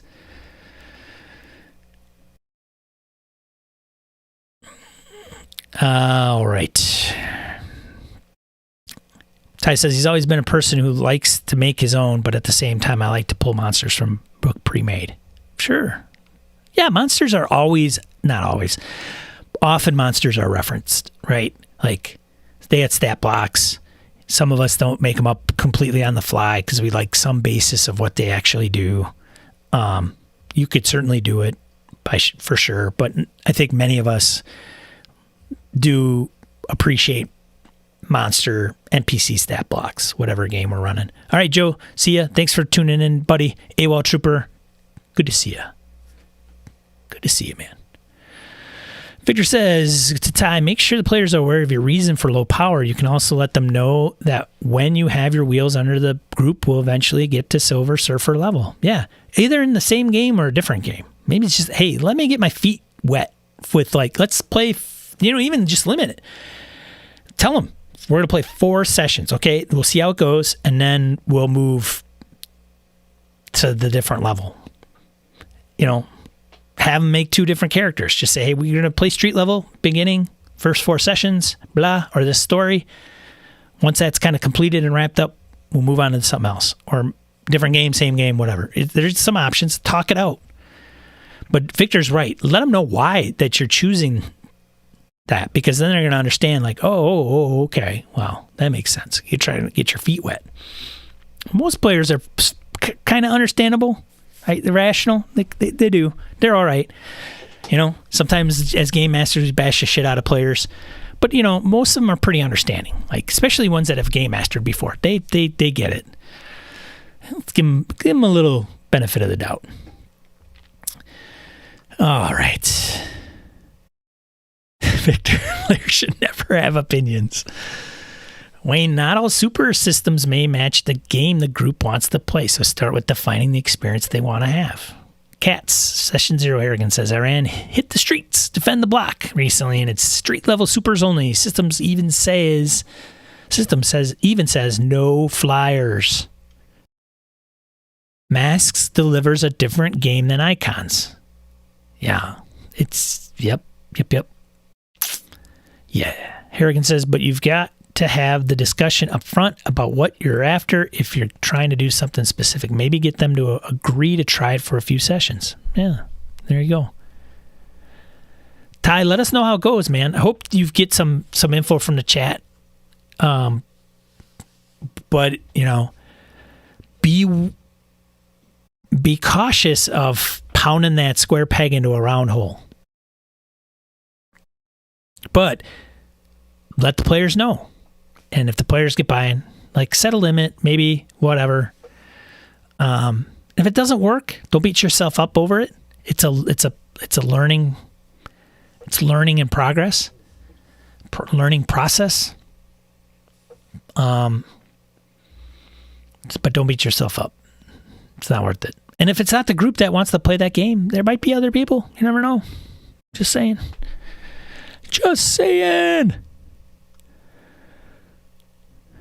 John, that's the buy-in for the Strahd game. Being stuck in Barovia is one of the initial parameters everyone has to buy into for that adventure. That was my fault. You're right, Victor. I kind of hinted like it doesn't matter where you're from, you're going to get stuck in here anyway.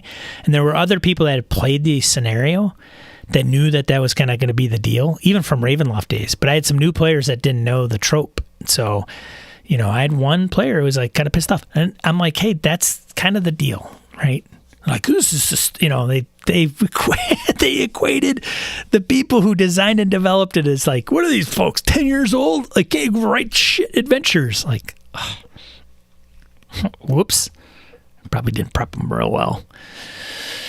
Oh, man. Lucas, sounds like you need to have an intervention and be honest with your players about what you want to run and what they like and find and as a balance. And if you're not interested in running it, that is important for them to know, says Lucas, for sure. We say all this. In the moment, it's hard. Conflict. We're all conflict adverse. Sometimes we find it hard to have the tough discussion, like just telling somebody. Some of us aren't, which makes it even more interesting. Like, I know this player is going to be, they're going to unleash. They are not short of opinions. They think things should be run in a particular way. It's people. People. So, good luck, Ty. Let us know, man. You can do this. You can do it. Run a 3-session, street level game.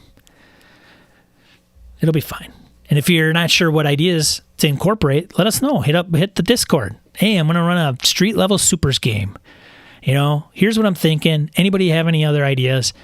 People will come out of the woodwork and say, oh, yeah, that's cool, but here's some ideas that you want too. That's what I'm doing. And then you can go, okay, cool. Change topics. He says, what do you know about the new Star Wars? Absolutely nothing. Nobody does, as far as I know. There you go. Pretty easy.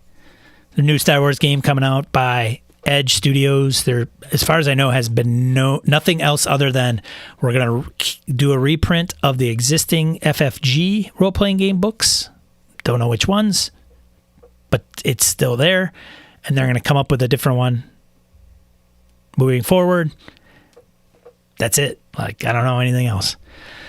I don't know if I'll buy it. I might be done with Star Wars. I mean, I've bought D20, not all the books. I've ran D20 Revised. I didn't buy all the books.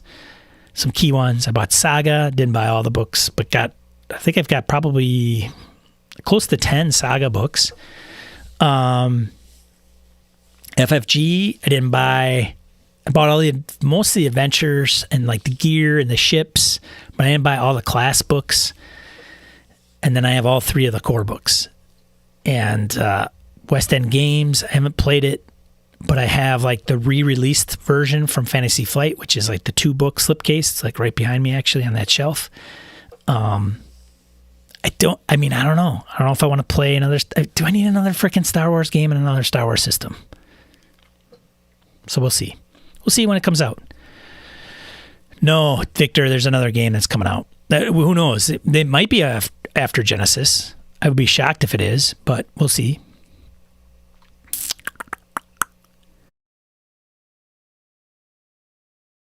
Michael Drescher, good to see you, man. Thanks for stopping by. Best to you. Dorigo says, was playing with a 5e group and we were in Lost Mines. The DM got Curse of Strahd and was all excited about it. Ported us to Barovia from the mines. Group fell apart shortly after. Ooh, that sucks. That's the bait and switch sometimes Brett refers to. But it's still D&D, so it's not like, he transported you to Traveler or something crazy. But yeah, that's a tough one to do with Curse of Strahd. It's like the meta. Like, here's the deal. You're going to get trapped in Barovia. Okay? I'm just going to tell you. But some of us want to just do it through play. Curse of Strahd's probably not that campaign to not be upfront with players.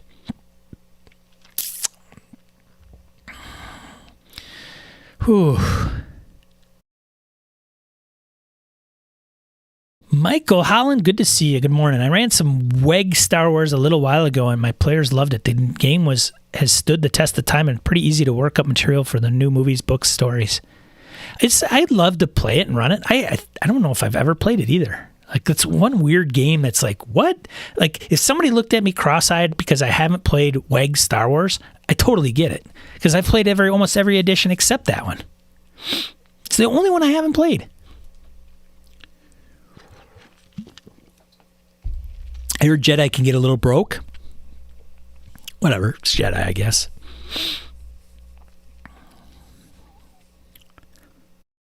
All right, next thing I wanted to bring up. I am interested to know if people... So I saw this on the Twitter. Somebody actually, it looks like they copy and pasted it from Facebook. Gary Gygax once told a friend of mine that people who thought an adversarial game master was a bad thing missed the point. So Gary tries to put this analogy in place, which people have agreed it's not the greatest analogy, okay? I think we're all going to find fault with it because of what Gary mentions here. He said to Paul like this: when you play against the house at a Las Vegas casino, the dealer is giving you the best game he's got. He's not there to let you win. He's there to beat you. And you are there to see if you can win. That is why people come back to the table, to face a true challenge and to experience a true thrill. No, I go back to the table to win some goddamn money. That's why I go to the table. Sure, in my brain, there's probably chemicals going on, but the winning is the chemical piece. If you want a story with no consequences to your choices and actions, read a book. If you want a challenge and feel the catharsis and true thrill of adventure, play AD&D. That's the magic. So we have to agree a little bit on just what he's really trying to get at. Okay, like the ending is kind of what he's getting at. Probably makes more sense than anything, right? If you don't want any, if you want a story, no consequences in your choices and actions, to your choices and actions, yeah, read a book. Okay, got it. If you want a challenge and feel the catharsis and true thrill of adventure, play AD&D. This goes to the folks that, that they don't want their characters to die. Whatever. It's a play style difference. And, if you're on one side of the fence, fine. If you're on the other side of the fence, fine. The problem lies in where you're trying to both be on one side of the fence, even though you're really not. That's where the problem comes into, where it's like, well, I don't want my character to necessarily die for stupid reasons. I'm okay with them dying for good reasons. What's good reasons? Help me understand that. But this is when you talk about some of the old games, BX, BECB, whatever. There is, like, when you have a game that is known for lethality, you do tend to play a little different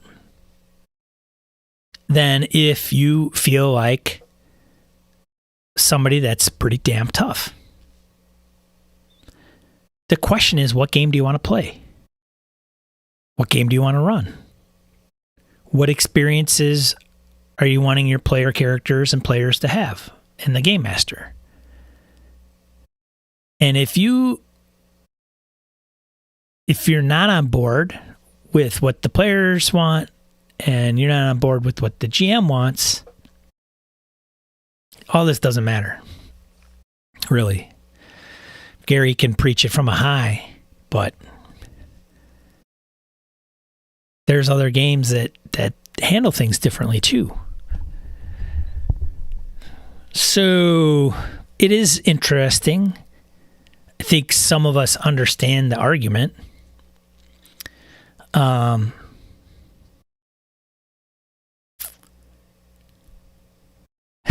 Matthew. Hey, Matthew. Good to see you.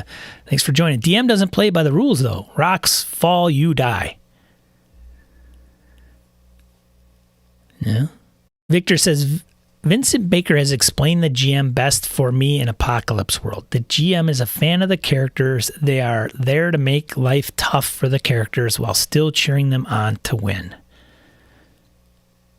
Harriman, good to see you, Harriman. Well, the hobby has changed a lot since those days, just like generations change, Harriman says.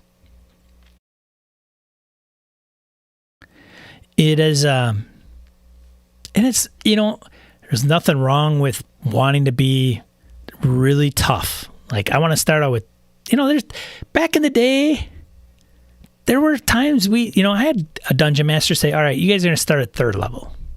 We're not going to start at 1st. We're just going to start at 3rd level. What is that? It's making us tougher. It's not, having our wizard die, stepping on a caltrop, stubbing their toe, taking a point of damage. I want us to be a little bit more viable. Which isn't a bad thing. It's okay. But you have to understand the type of game that you want to play, right? That's what this really comes down to. Me, personally, I'm leaning more towards the latter nowadays. But I also haven't played... so Hobbs was nice enough to run some OSE games. I think I made 3rd level. But Hawk... another player in the game, like he was on, we played, I don't know how many sessions, but there was a time like every session we played, his character would die. He was just like, ugh. And so somebody would say, well, is he a bad player or is the game master a killer GM? And the truth is maybe neither. It just was... So, somebody is absolutely going to say it's one or the other. He's either a crappy player or the GM is a killer GM. There's nothing else in between. I'm not quite sure about that. Could be die rolls. GM puts in some very some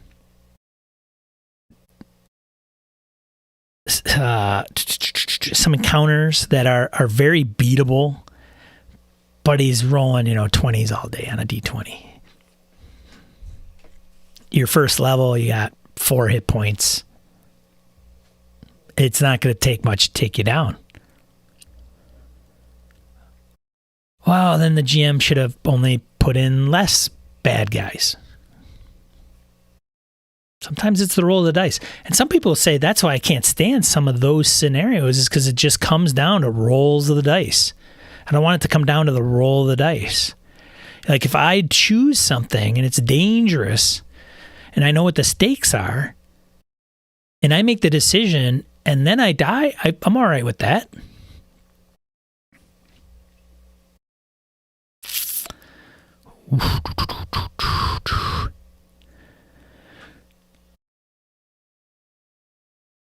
Jim says, I've read that Gary usually started PCs off at 3rd level. Isn't that interesting? Victor says, when I was a teen running games, we always started at 3rd level, but our best game was when I had them all trust me starting them at 1st. Matthew says, I play with a player who gets bored of his character quickly, basically dies every other session. That's a different player, right? Different player. You can have 2 different players at the table, one that never wants to die and one who could give a shit. Like, I don't care if my player dies, I get bored, right? Like exactly what Matthew said. I was kind of that guy, right? I played a guy up to like 7th level in a 3-5 game. Homebrew, like races were to the homebrew GM's game. Like you couldn't find these races anywhere else. And I got to like 7th level and I'm like kind of done. Kill my guy. Are you sure? Like, yeah, I'm done. I'll create another tune or I'll leave, but I'm done with I'm done playing Ranger. Treelorn Greenhaven was his name. But, how do you unwrap the difference in players? Like, how do you, session 0, hey, this is what we're going to do. This is what we're going to play. This is the tone, right? Okay, everybody on board? Yeah. And then you find out, like, one of your players is good with never wanting to die, and the other one's like, I'll go through my guy, sacrifice him all the time. I'm good with that. I wonder, and Matthew, I don't know if you have the answer to this. I wonder how many times a situation comes up where the 2 different play styles are agreed upon and the game master's fine with it. Like, okay, that's fine. No big deal. But then the other one doesn't like the other player. Like, I don't like it when your character always dies. Right? So it becomes more about them or your play style as a player is not, I don't like you're having a player character always die. That's a problem.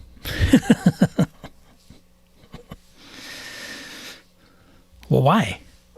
Well, I don't know. I like, establish a relationship with another player character, and as soon as I think everything gels, yours goes and dies.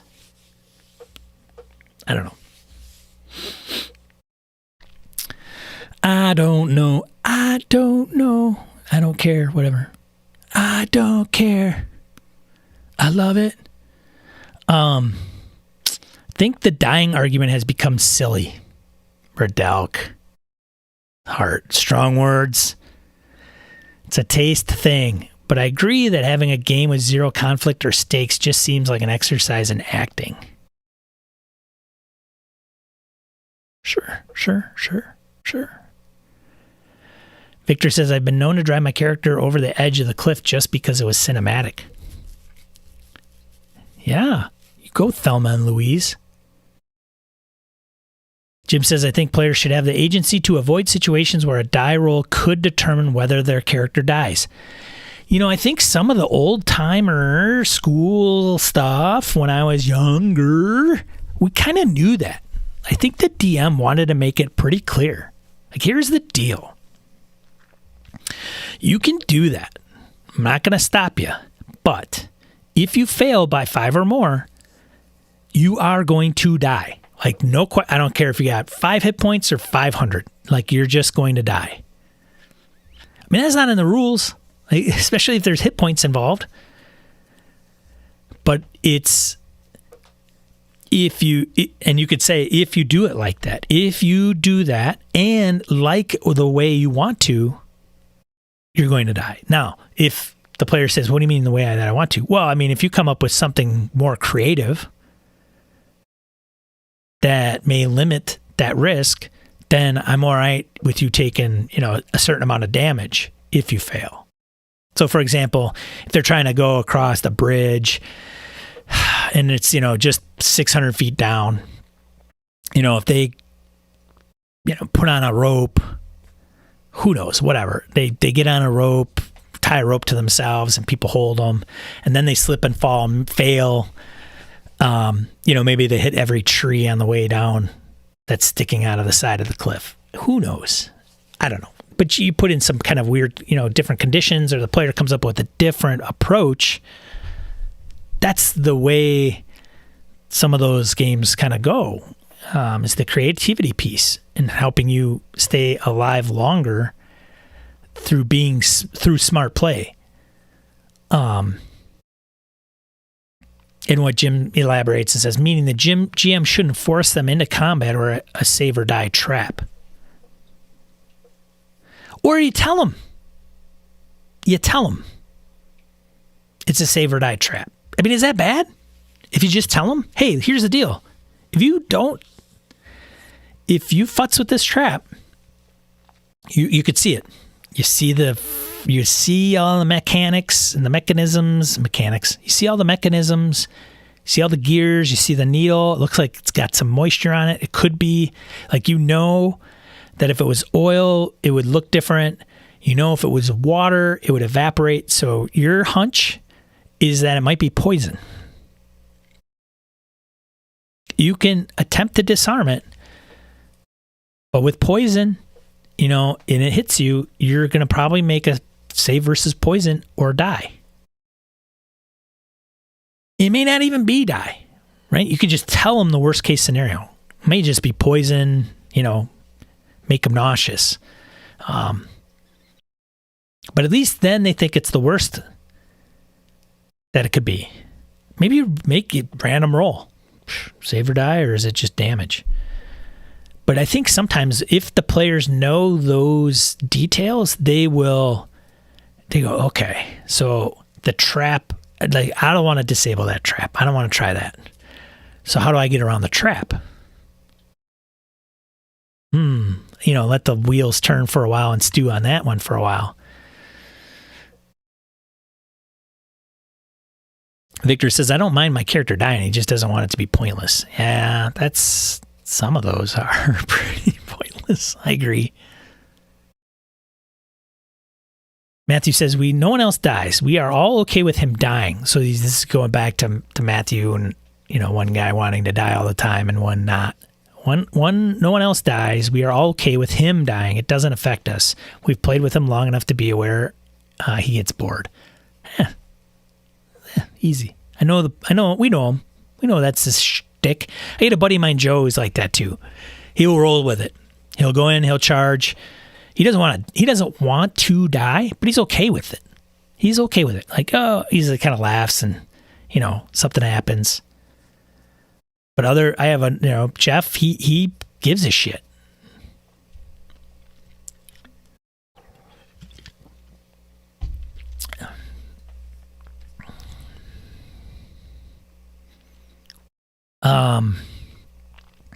Matthew continues, I sometimes openly roleplay hating his characters so that when they die, I can gloat. Never liked that guy. He's dead? Oh, man. Victor says, I'd like to see the player style versus player style in the same game. as a BS episode topic. I'll have to let the Brettster know. That'd be a good one, right? Yeah, 2 players at the table, both had different play styles. Is that a big deal to one or the other? Could be. I think it goes to like what Matthew experiences. Hey, we know the guy. It's kind of the deal. No, Sometimes it becomes tropey, right? Oh boy, what character is Joe on today? It's not fun when a player is too precious about their character and refuses to enter dangerous situations when that is what the game calls for, though, as well. Yeah, my buddy Jeff is not a big character death guy, but he doesn't turtle. I've mentioned him on the Gaming and BS podcast. He is fighter, magic user, thief. He is Eldritch Mage. He is Jedi. He is Indiana Jones. He is Captain Kirk. Like, take all those, put them into one character. Doesn't want to die, wants to do cool stuff. What are you going to do? What are you going to do? You got to run the game to facilitate that. And I could still have Joe in the same game and have him take it on the chin. And I think Joe takes it on the chin because he kind of plays more, I don't want to say more true to the character, but I mean, if he's playing a barbarian and he's not kind of like putting 2 and 2 together, he walks into a room that he knows is obviously trapped and he just like, I'm going to go in there where somebody's a little more cautious. I guess that does come into play with what you're saying. I don't know.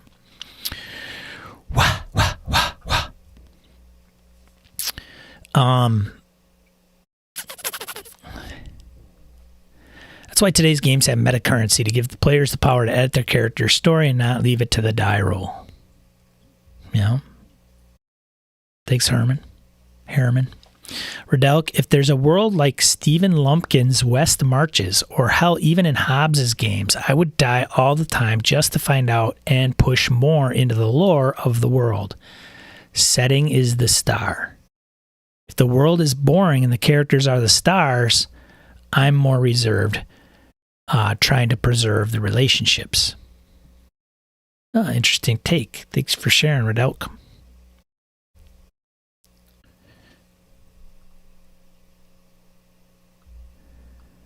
Jim, people in real life know that there are things that are poisonous and will kill them if they ingest or are injected with them. PCs would know that sort of thing as well, so players should know it's possible, at least in general. And then the risk should probably be telegraphed when they're in that sort of situation. I guess I should listen to the latest episode. Save or die. Yeah. Well, and in the episode of Gaming and BS where we talked about Save or Die, Brett, we kind of start out with, do you like it? Do you not like it? And then Brett was really wanting to get into, does it facilitate a different style of play, is what it comes down to. Like, if you know that Save or Die exists, that's different. Like 5th edition, man, Save or Die doesn't exist. Finger of Death, maybe. You got to be under like half the amount of your hit points. And then if that's the case, you're done. I think that's about as lethal as it gets. If I'm not mistaken. But in OSE or something like that, yeah. So then you're more cautious. Like, oh, it's a trap. Well, jeez, rogues in modern day D&D, man, they have no fear. They're going to pick any lock they come across. They're going to futz with any trap that they come across. Many may not be poisonous. Even if they are, it's going to be very temporary. So the good thing is they don't turtle. They just do it. They don't go around it. Right? That was kind of the gist of the topic a little bit. I don't know if I think we hit that. We might not have, but that's kind of like Brett will say, is that, you know what I'm saying, Sean? Oh yeah. You agree or disagree? I don't know. Ty says, for me, if it all matters how long I've been playing a PC, is it best for the story to let him die, or am I tired of this PC and want to play something else.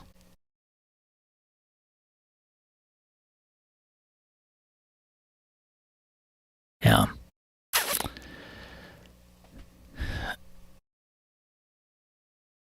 What else do I got here? What else do we got here? I got another one. I don't know. Somebody then somebody wrong. I found this on the Twitters. Twitter's always got some stuff that I don't mind tackling a little bit. What house rules do you use at your table? I always have to look at these tweets and find out what they're actually talking about. Because like if they just put D&D, that's different, right?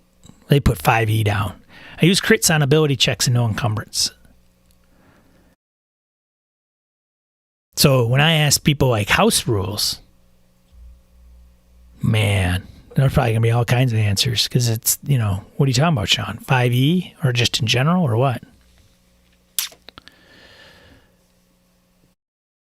Yeah. House rules. I don't do a ton of house ruling.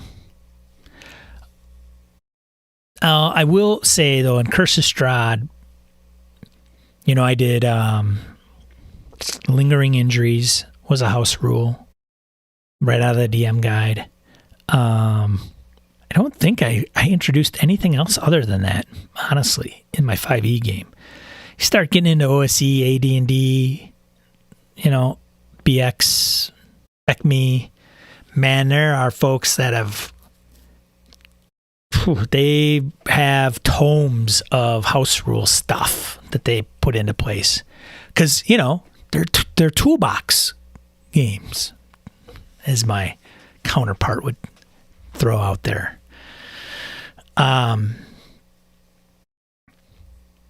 But with house rules, like I don't try to do too many because I probably don't play the games that require a lot of house rules.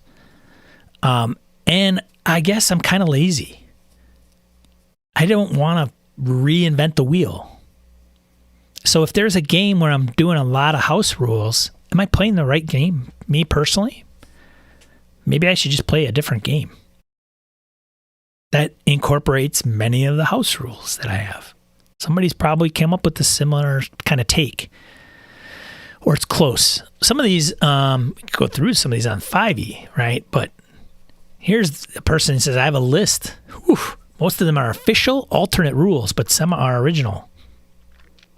Wow. Okay, here you go. Hero points, healer's kit dependency, slow natural healing, firearms, injuries, sleep, tool proficiencies. Got the pages right out of the Dungeon Master's Guide. Identifying a spell, always interesting. Invalid spell targets, minions, cleave. It's funny that their OP, Emma, said 5th edition, and it's interesting to hear how some individuals are house ruling 5th edition. It seems vaguely familiar, like it might be almost similar to how some people, house rule some of the older games. I'm not, people say Sean hates 5e because in an episode I was like taking a break from it. Now it's been kind of a tongue-in-cheek joke, but, I've always kind of been, I've always thought highly of 5th edition D&D as a good edition of D&D. Right? Despite whether, other people hate it or love it, for me personally, I don't mind 5th edition. As a matter of fact, if I've started another game of 5th edition, it wouldn't bother me as much now. I think some of the nuances are kind of some of the things I was kind of getting hung up on wanting to move away from it a little bit isn't as bad to me now anymore. However, I would probably do some of the house rules that like even this person is doing, and somebody would say, well, Sean, then if you're doing all these types of house rules, then why don't you just play OSE or something else? I could. I own 5th edition. Some other games I might not own. like firearms. I'm not a big firearms person, so I wouldn't even have those in there. But there's some things that they may not be fleshed out to a point that I prefer. Like, identify. Identifying a spell. A creature may expend a reaction to identify a spell cast by another creature. DC 15 plus spell check. Oh, he's identifying spell. I meant identify item, which he doesn't have listed here. So somebody might say identify item or identify. I'm sure there's a rule for it. But some say, well, how do you handle magic items and identification, or they don't use the identify spell? Can they figure it out? Like some of those kind of nuances, I might house rule like, you don't have identify? You want to dink around with it for a while? X amount of hours, whatever, of research allows you to do that. Something outside the rules that I would stipulate, right, might be a thing. Minions, groups of minor NPCs with 1 hit point. So he or she incorporates like a minions component.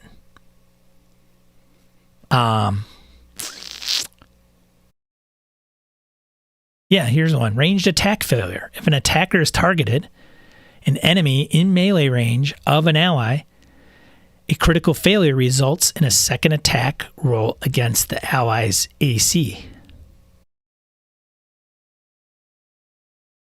So they're rolling twice. Okay, I'm going to shoot that guy. All right, you critical fail, you're going to have to roll again and you might hit your buddy. Yeah, okay, great. That's kind of the deal. Stat rolls, 46, drop the lowest one. You can reroll ones on max hit point rolls. You could choose to double the number of double the dice on crits. Double the number or dice. Huh. The only spells that require components are the ones that are with a listed gold value. Okay. Some of these okay, don't want to put that on there. Some of these, what in the hell? Did I just move tweets? I think I don't know, is this under the same thread? Oh, I don't know what's going on.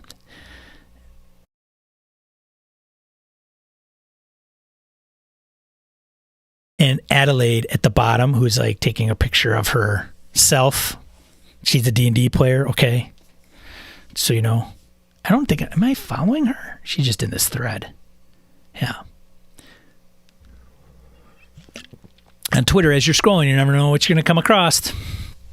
But it's all in this piezo changing phylacteries to. So what is this? I don't even know. I'm playing D&D right now on Twitch. Great. I bopped out of this thread somehow. Come on now.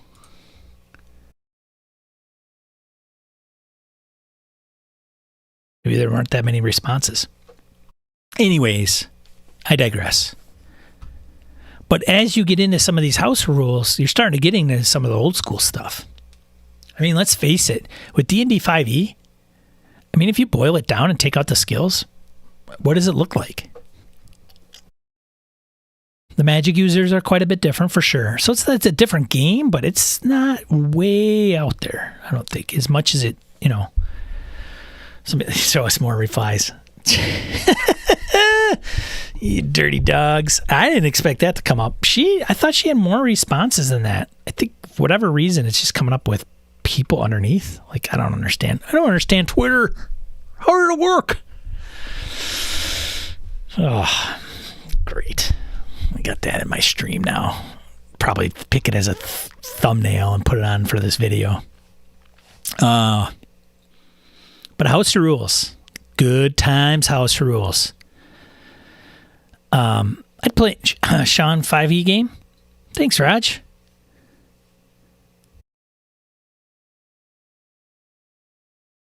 Yeah, I would have to tweak 5e a little bit. It wouldn't be too bad. As long as people sign up for it, right? if I did it, I did lingering injuries and I got flack for it in the Curse of Strahd game a little bit.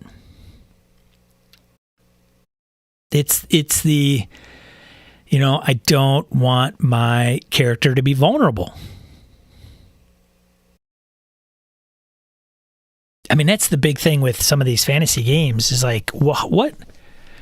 Do you like dirty, grim? AWOL put it out on that Discord, right? Like, what's grim and dirty? Do you like it where it's like combat should be averted? There's one system that Harrigan brought up. I don't know if you're still around, Harrigan, but it was, you're going to take damage. There is no GM rolling damage. You involve yourself in combat, a damage roll is made, right? I can't remember the damn mechanic he was talking about or the game he was referring to. Damn it! But it was a game where, you get into combat and that's the deal. You take damage. There's not even a roll to hit you. So yeah. Thank you. System is into the odd. Thank you. Thank you so much, Harrigan. Appreciate the safety net. It's all offshoots. That facilitates a different type of game. And, you can play 5e. And thanks for Delk. You could play 5e and facilitate a older school feel. Cuts to the chase. If you're willing to get into a fight, buckle up, Buttercup. Amen, Harrigan. Yeah, you know the deal. That's the deal. What I like about that is that you're going to take damage. It's not, well, I don't know, maybe they'll hit, maybe they won't. You're going to take damage.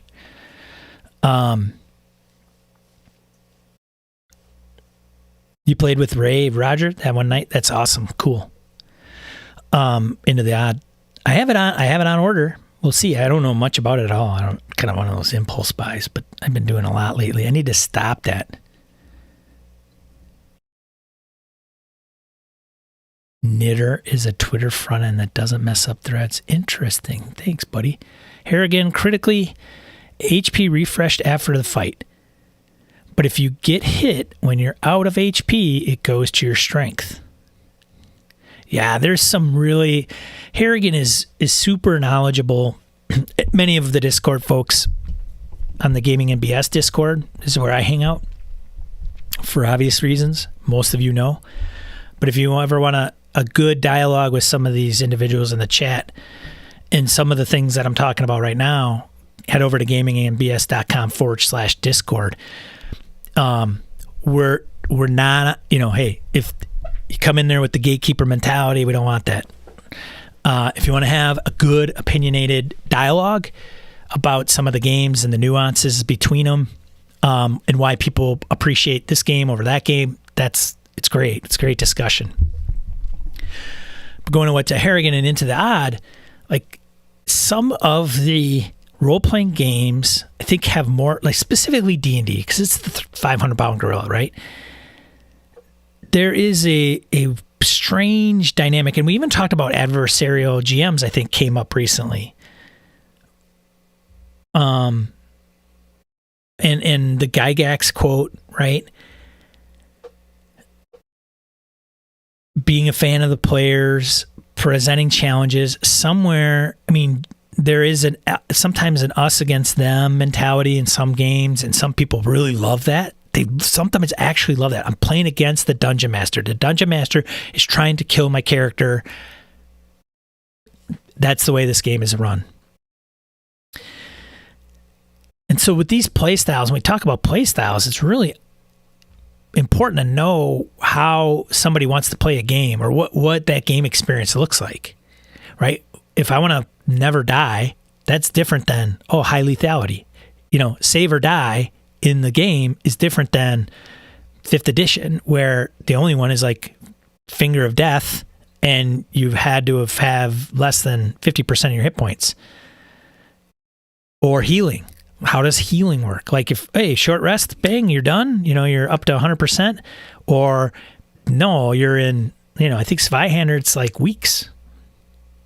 You got to get into bed rest and a facility, out of the elements, and then you get 1 hit point. Is that the type of experience that you want in your game? And some of the rules, kind of going along this about in a long way, go figure. But over time, we've had these rule sets where it's like, here's all the rules. GM knows these, player knows these, level playing ground.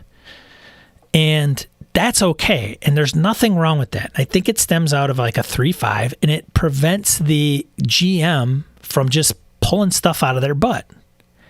And players finding that to be at a disadvantage for some reason. Like it's not level playing ground to them when it's heavily GM fiat. That's why I trust in a game master is huge, regardless of what you're playing, because you need them.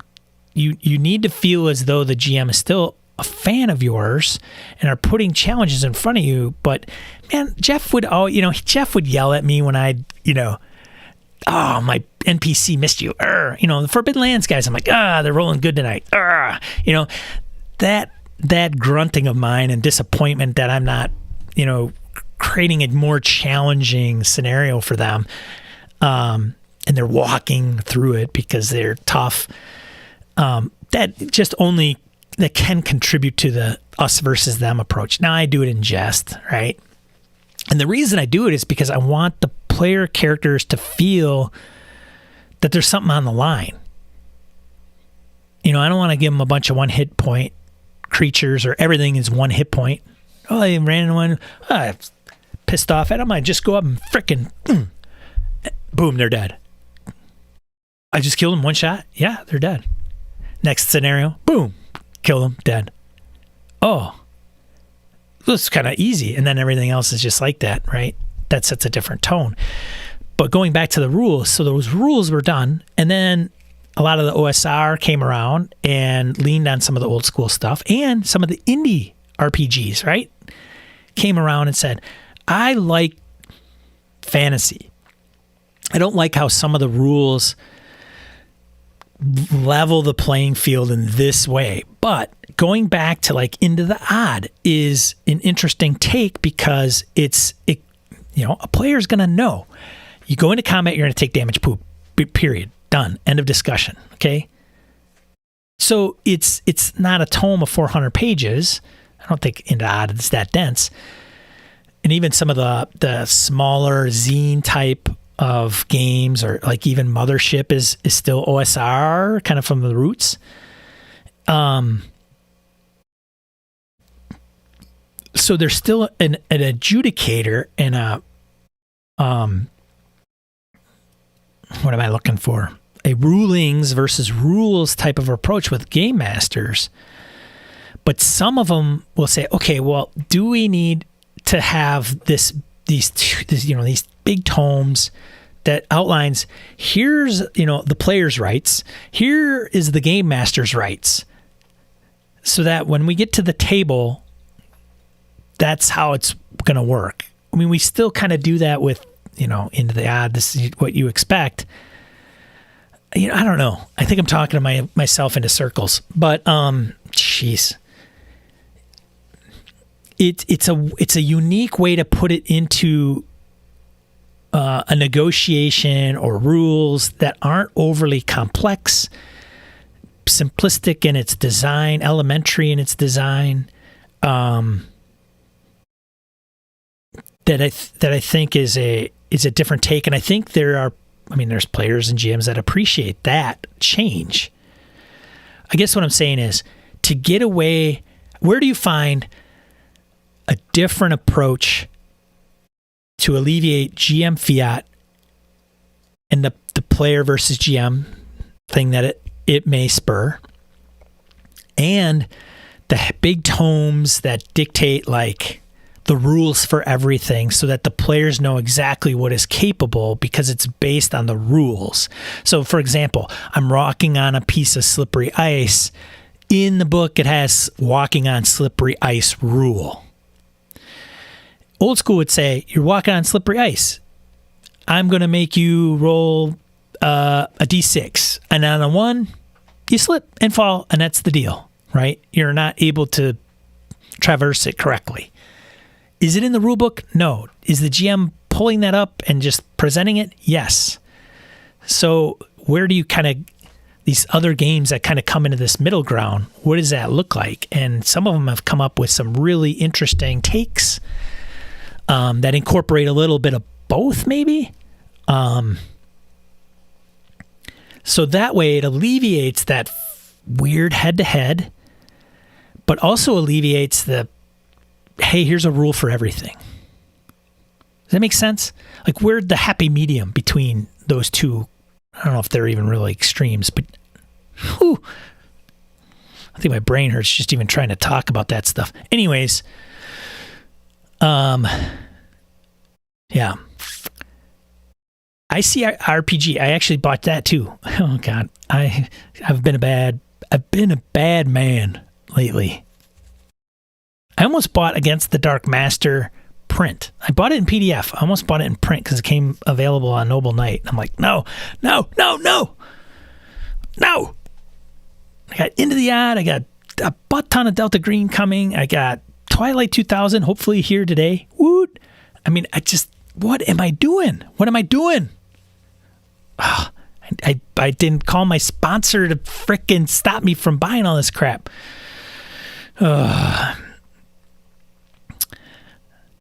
Roger says, I played Into that. Okay, mentioned Ray Otis. Got it. Harrigan says, critically, HP refresh after the fight.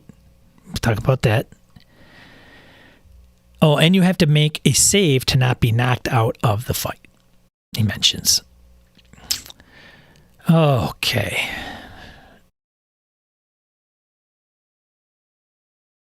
Jim, I guess I'm old school. I'm happy to have players know all the rules, such as they are, and I don't hide them, but I don't expect or require them to, especially right from the get-go.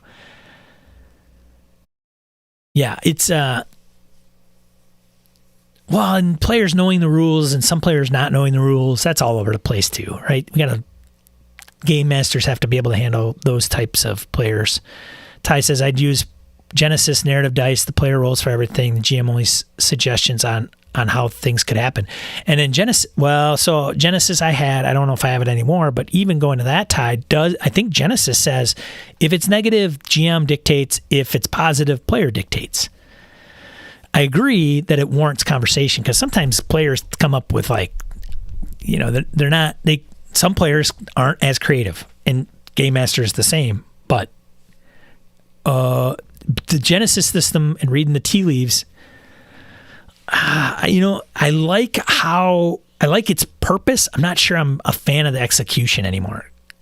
I am if you're running virtual tabletop because it just comes up with the end result. Reading the dice, I've only played one Star Wars Fantasy Flight game at the table. Maybe twice.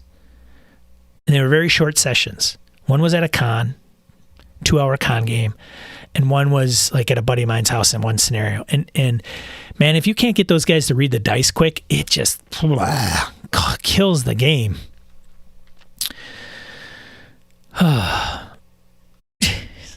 Victor's going to get John Carter Mars.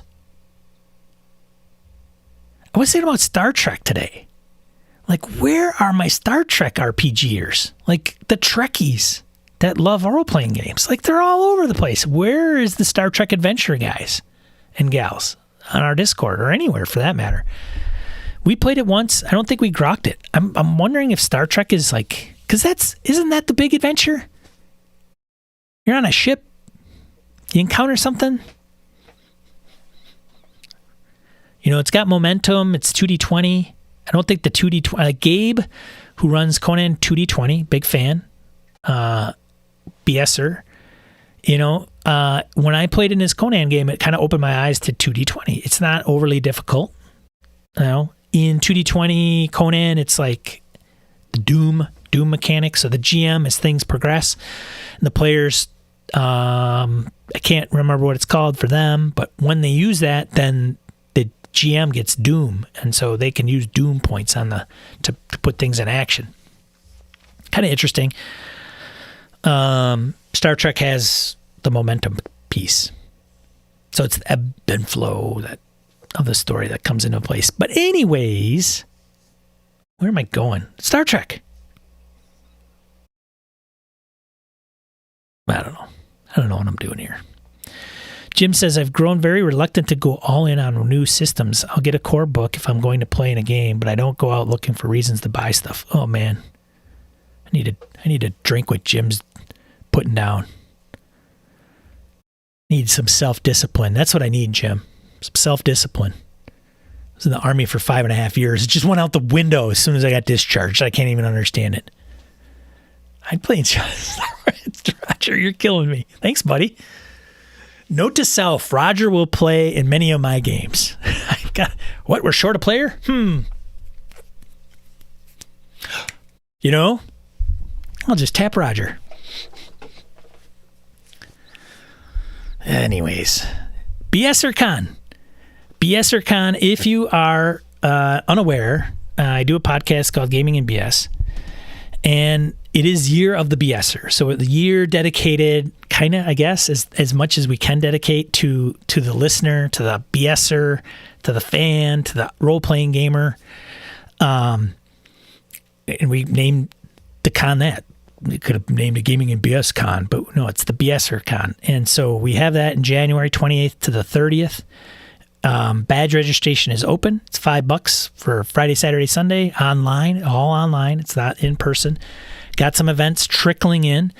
There's fear that we're going to have too many game masters and not enough players. Wow, is that a problem? Like, how many conventions get nervous about enough games that are going to be run? If you're interested in running a game, by all means do that. If you don't get the players that you need and it cancels, well, so be it. We'll promote them as much as possible so we can get full tables. But consider running. You're also welcome to play. Like, don't be afraid to play. Put some in your wish list. I think if I'm going to open, so event submission is open as well. I think January or December, I was going to close it so people could review it, and then January or December 1st, open event reg. That date might shift. It was like a buddy of mine, Mirko, was like, you don't need that long for people to review and pick the games. I guess my mentality was I want to make sure everybody reviews the list and signs up for the games they want, puts it in their wish list, and then when reg opens, they just dump it all in there and it goes smooth as silk. Lots of different games being run. There's some Fiasco. Roger in the chat's running Fiasco. I'm running Savage Worlds. There's, talks of some DCC games being run. There's Harn Rollmaster, I think, game going to be run. So, yeah, have to check that out. Don't wait around too long. It'll creep up on you, I swear, and then you'll be like, oh, I forgot. Oh, I was going to submit this. I mean, trust me, I'm speaking from experience. So if you're like me, don't be afraid to submit the event. And I'm thinking about putting a poll out there like, hey, do you plan on playing or do you plan on running? Just to get a ballpark, or mix, Probably going to have maybe a seminar from me, maybe going over Foundry or Notion, something along those lines that people can just tune in and see what I talk about, ask some questions, things of that nature. I could do something maybe on podcasting or, something along those lines too, kind of mulling that over. And then I wouldn't maybe mind playing in a game or two, depending on what's being offered. But a lot of different games too. So if you want to spread the word and you got friends in your home group and they want to play games, try some different ones online with some different people. It's open to the world. Okay, we're not restricting it just to BSers or listeners of the show or members of the community. And since we're heavy GM based, I'll probably run this and run that, and then we've got a bunch of games with no players in them. So, I'll try to get a poll out there. I don't know, Discord, I got to find a bot that does a poll. And $5, we're putting it towards overhead, the platform we're using, which is Tabletop Events. And then anything left over, I'm not lining the pockets. I'm going to donate it to charity, which is going to be the Leukemia and Lymphoma Society. So charity close to me. But yeah, I just wanted to put that plug out there because some of you may not be game masters, or man, I'm always game mastering. Well, take a break in January, set it 4 hours aside, and come and play with some people. I gotta get this call. It's probably about my dogs. Hold on a second.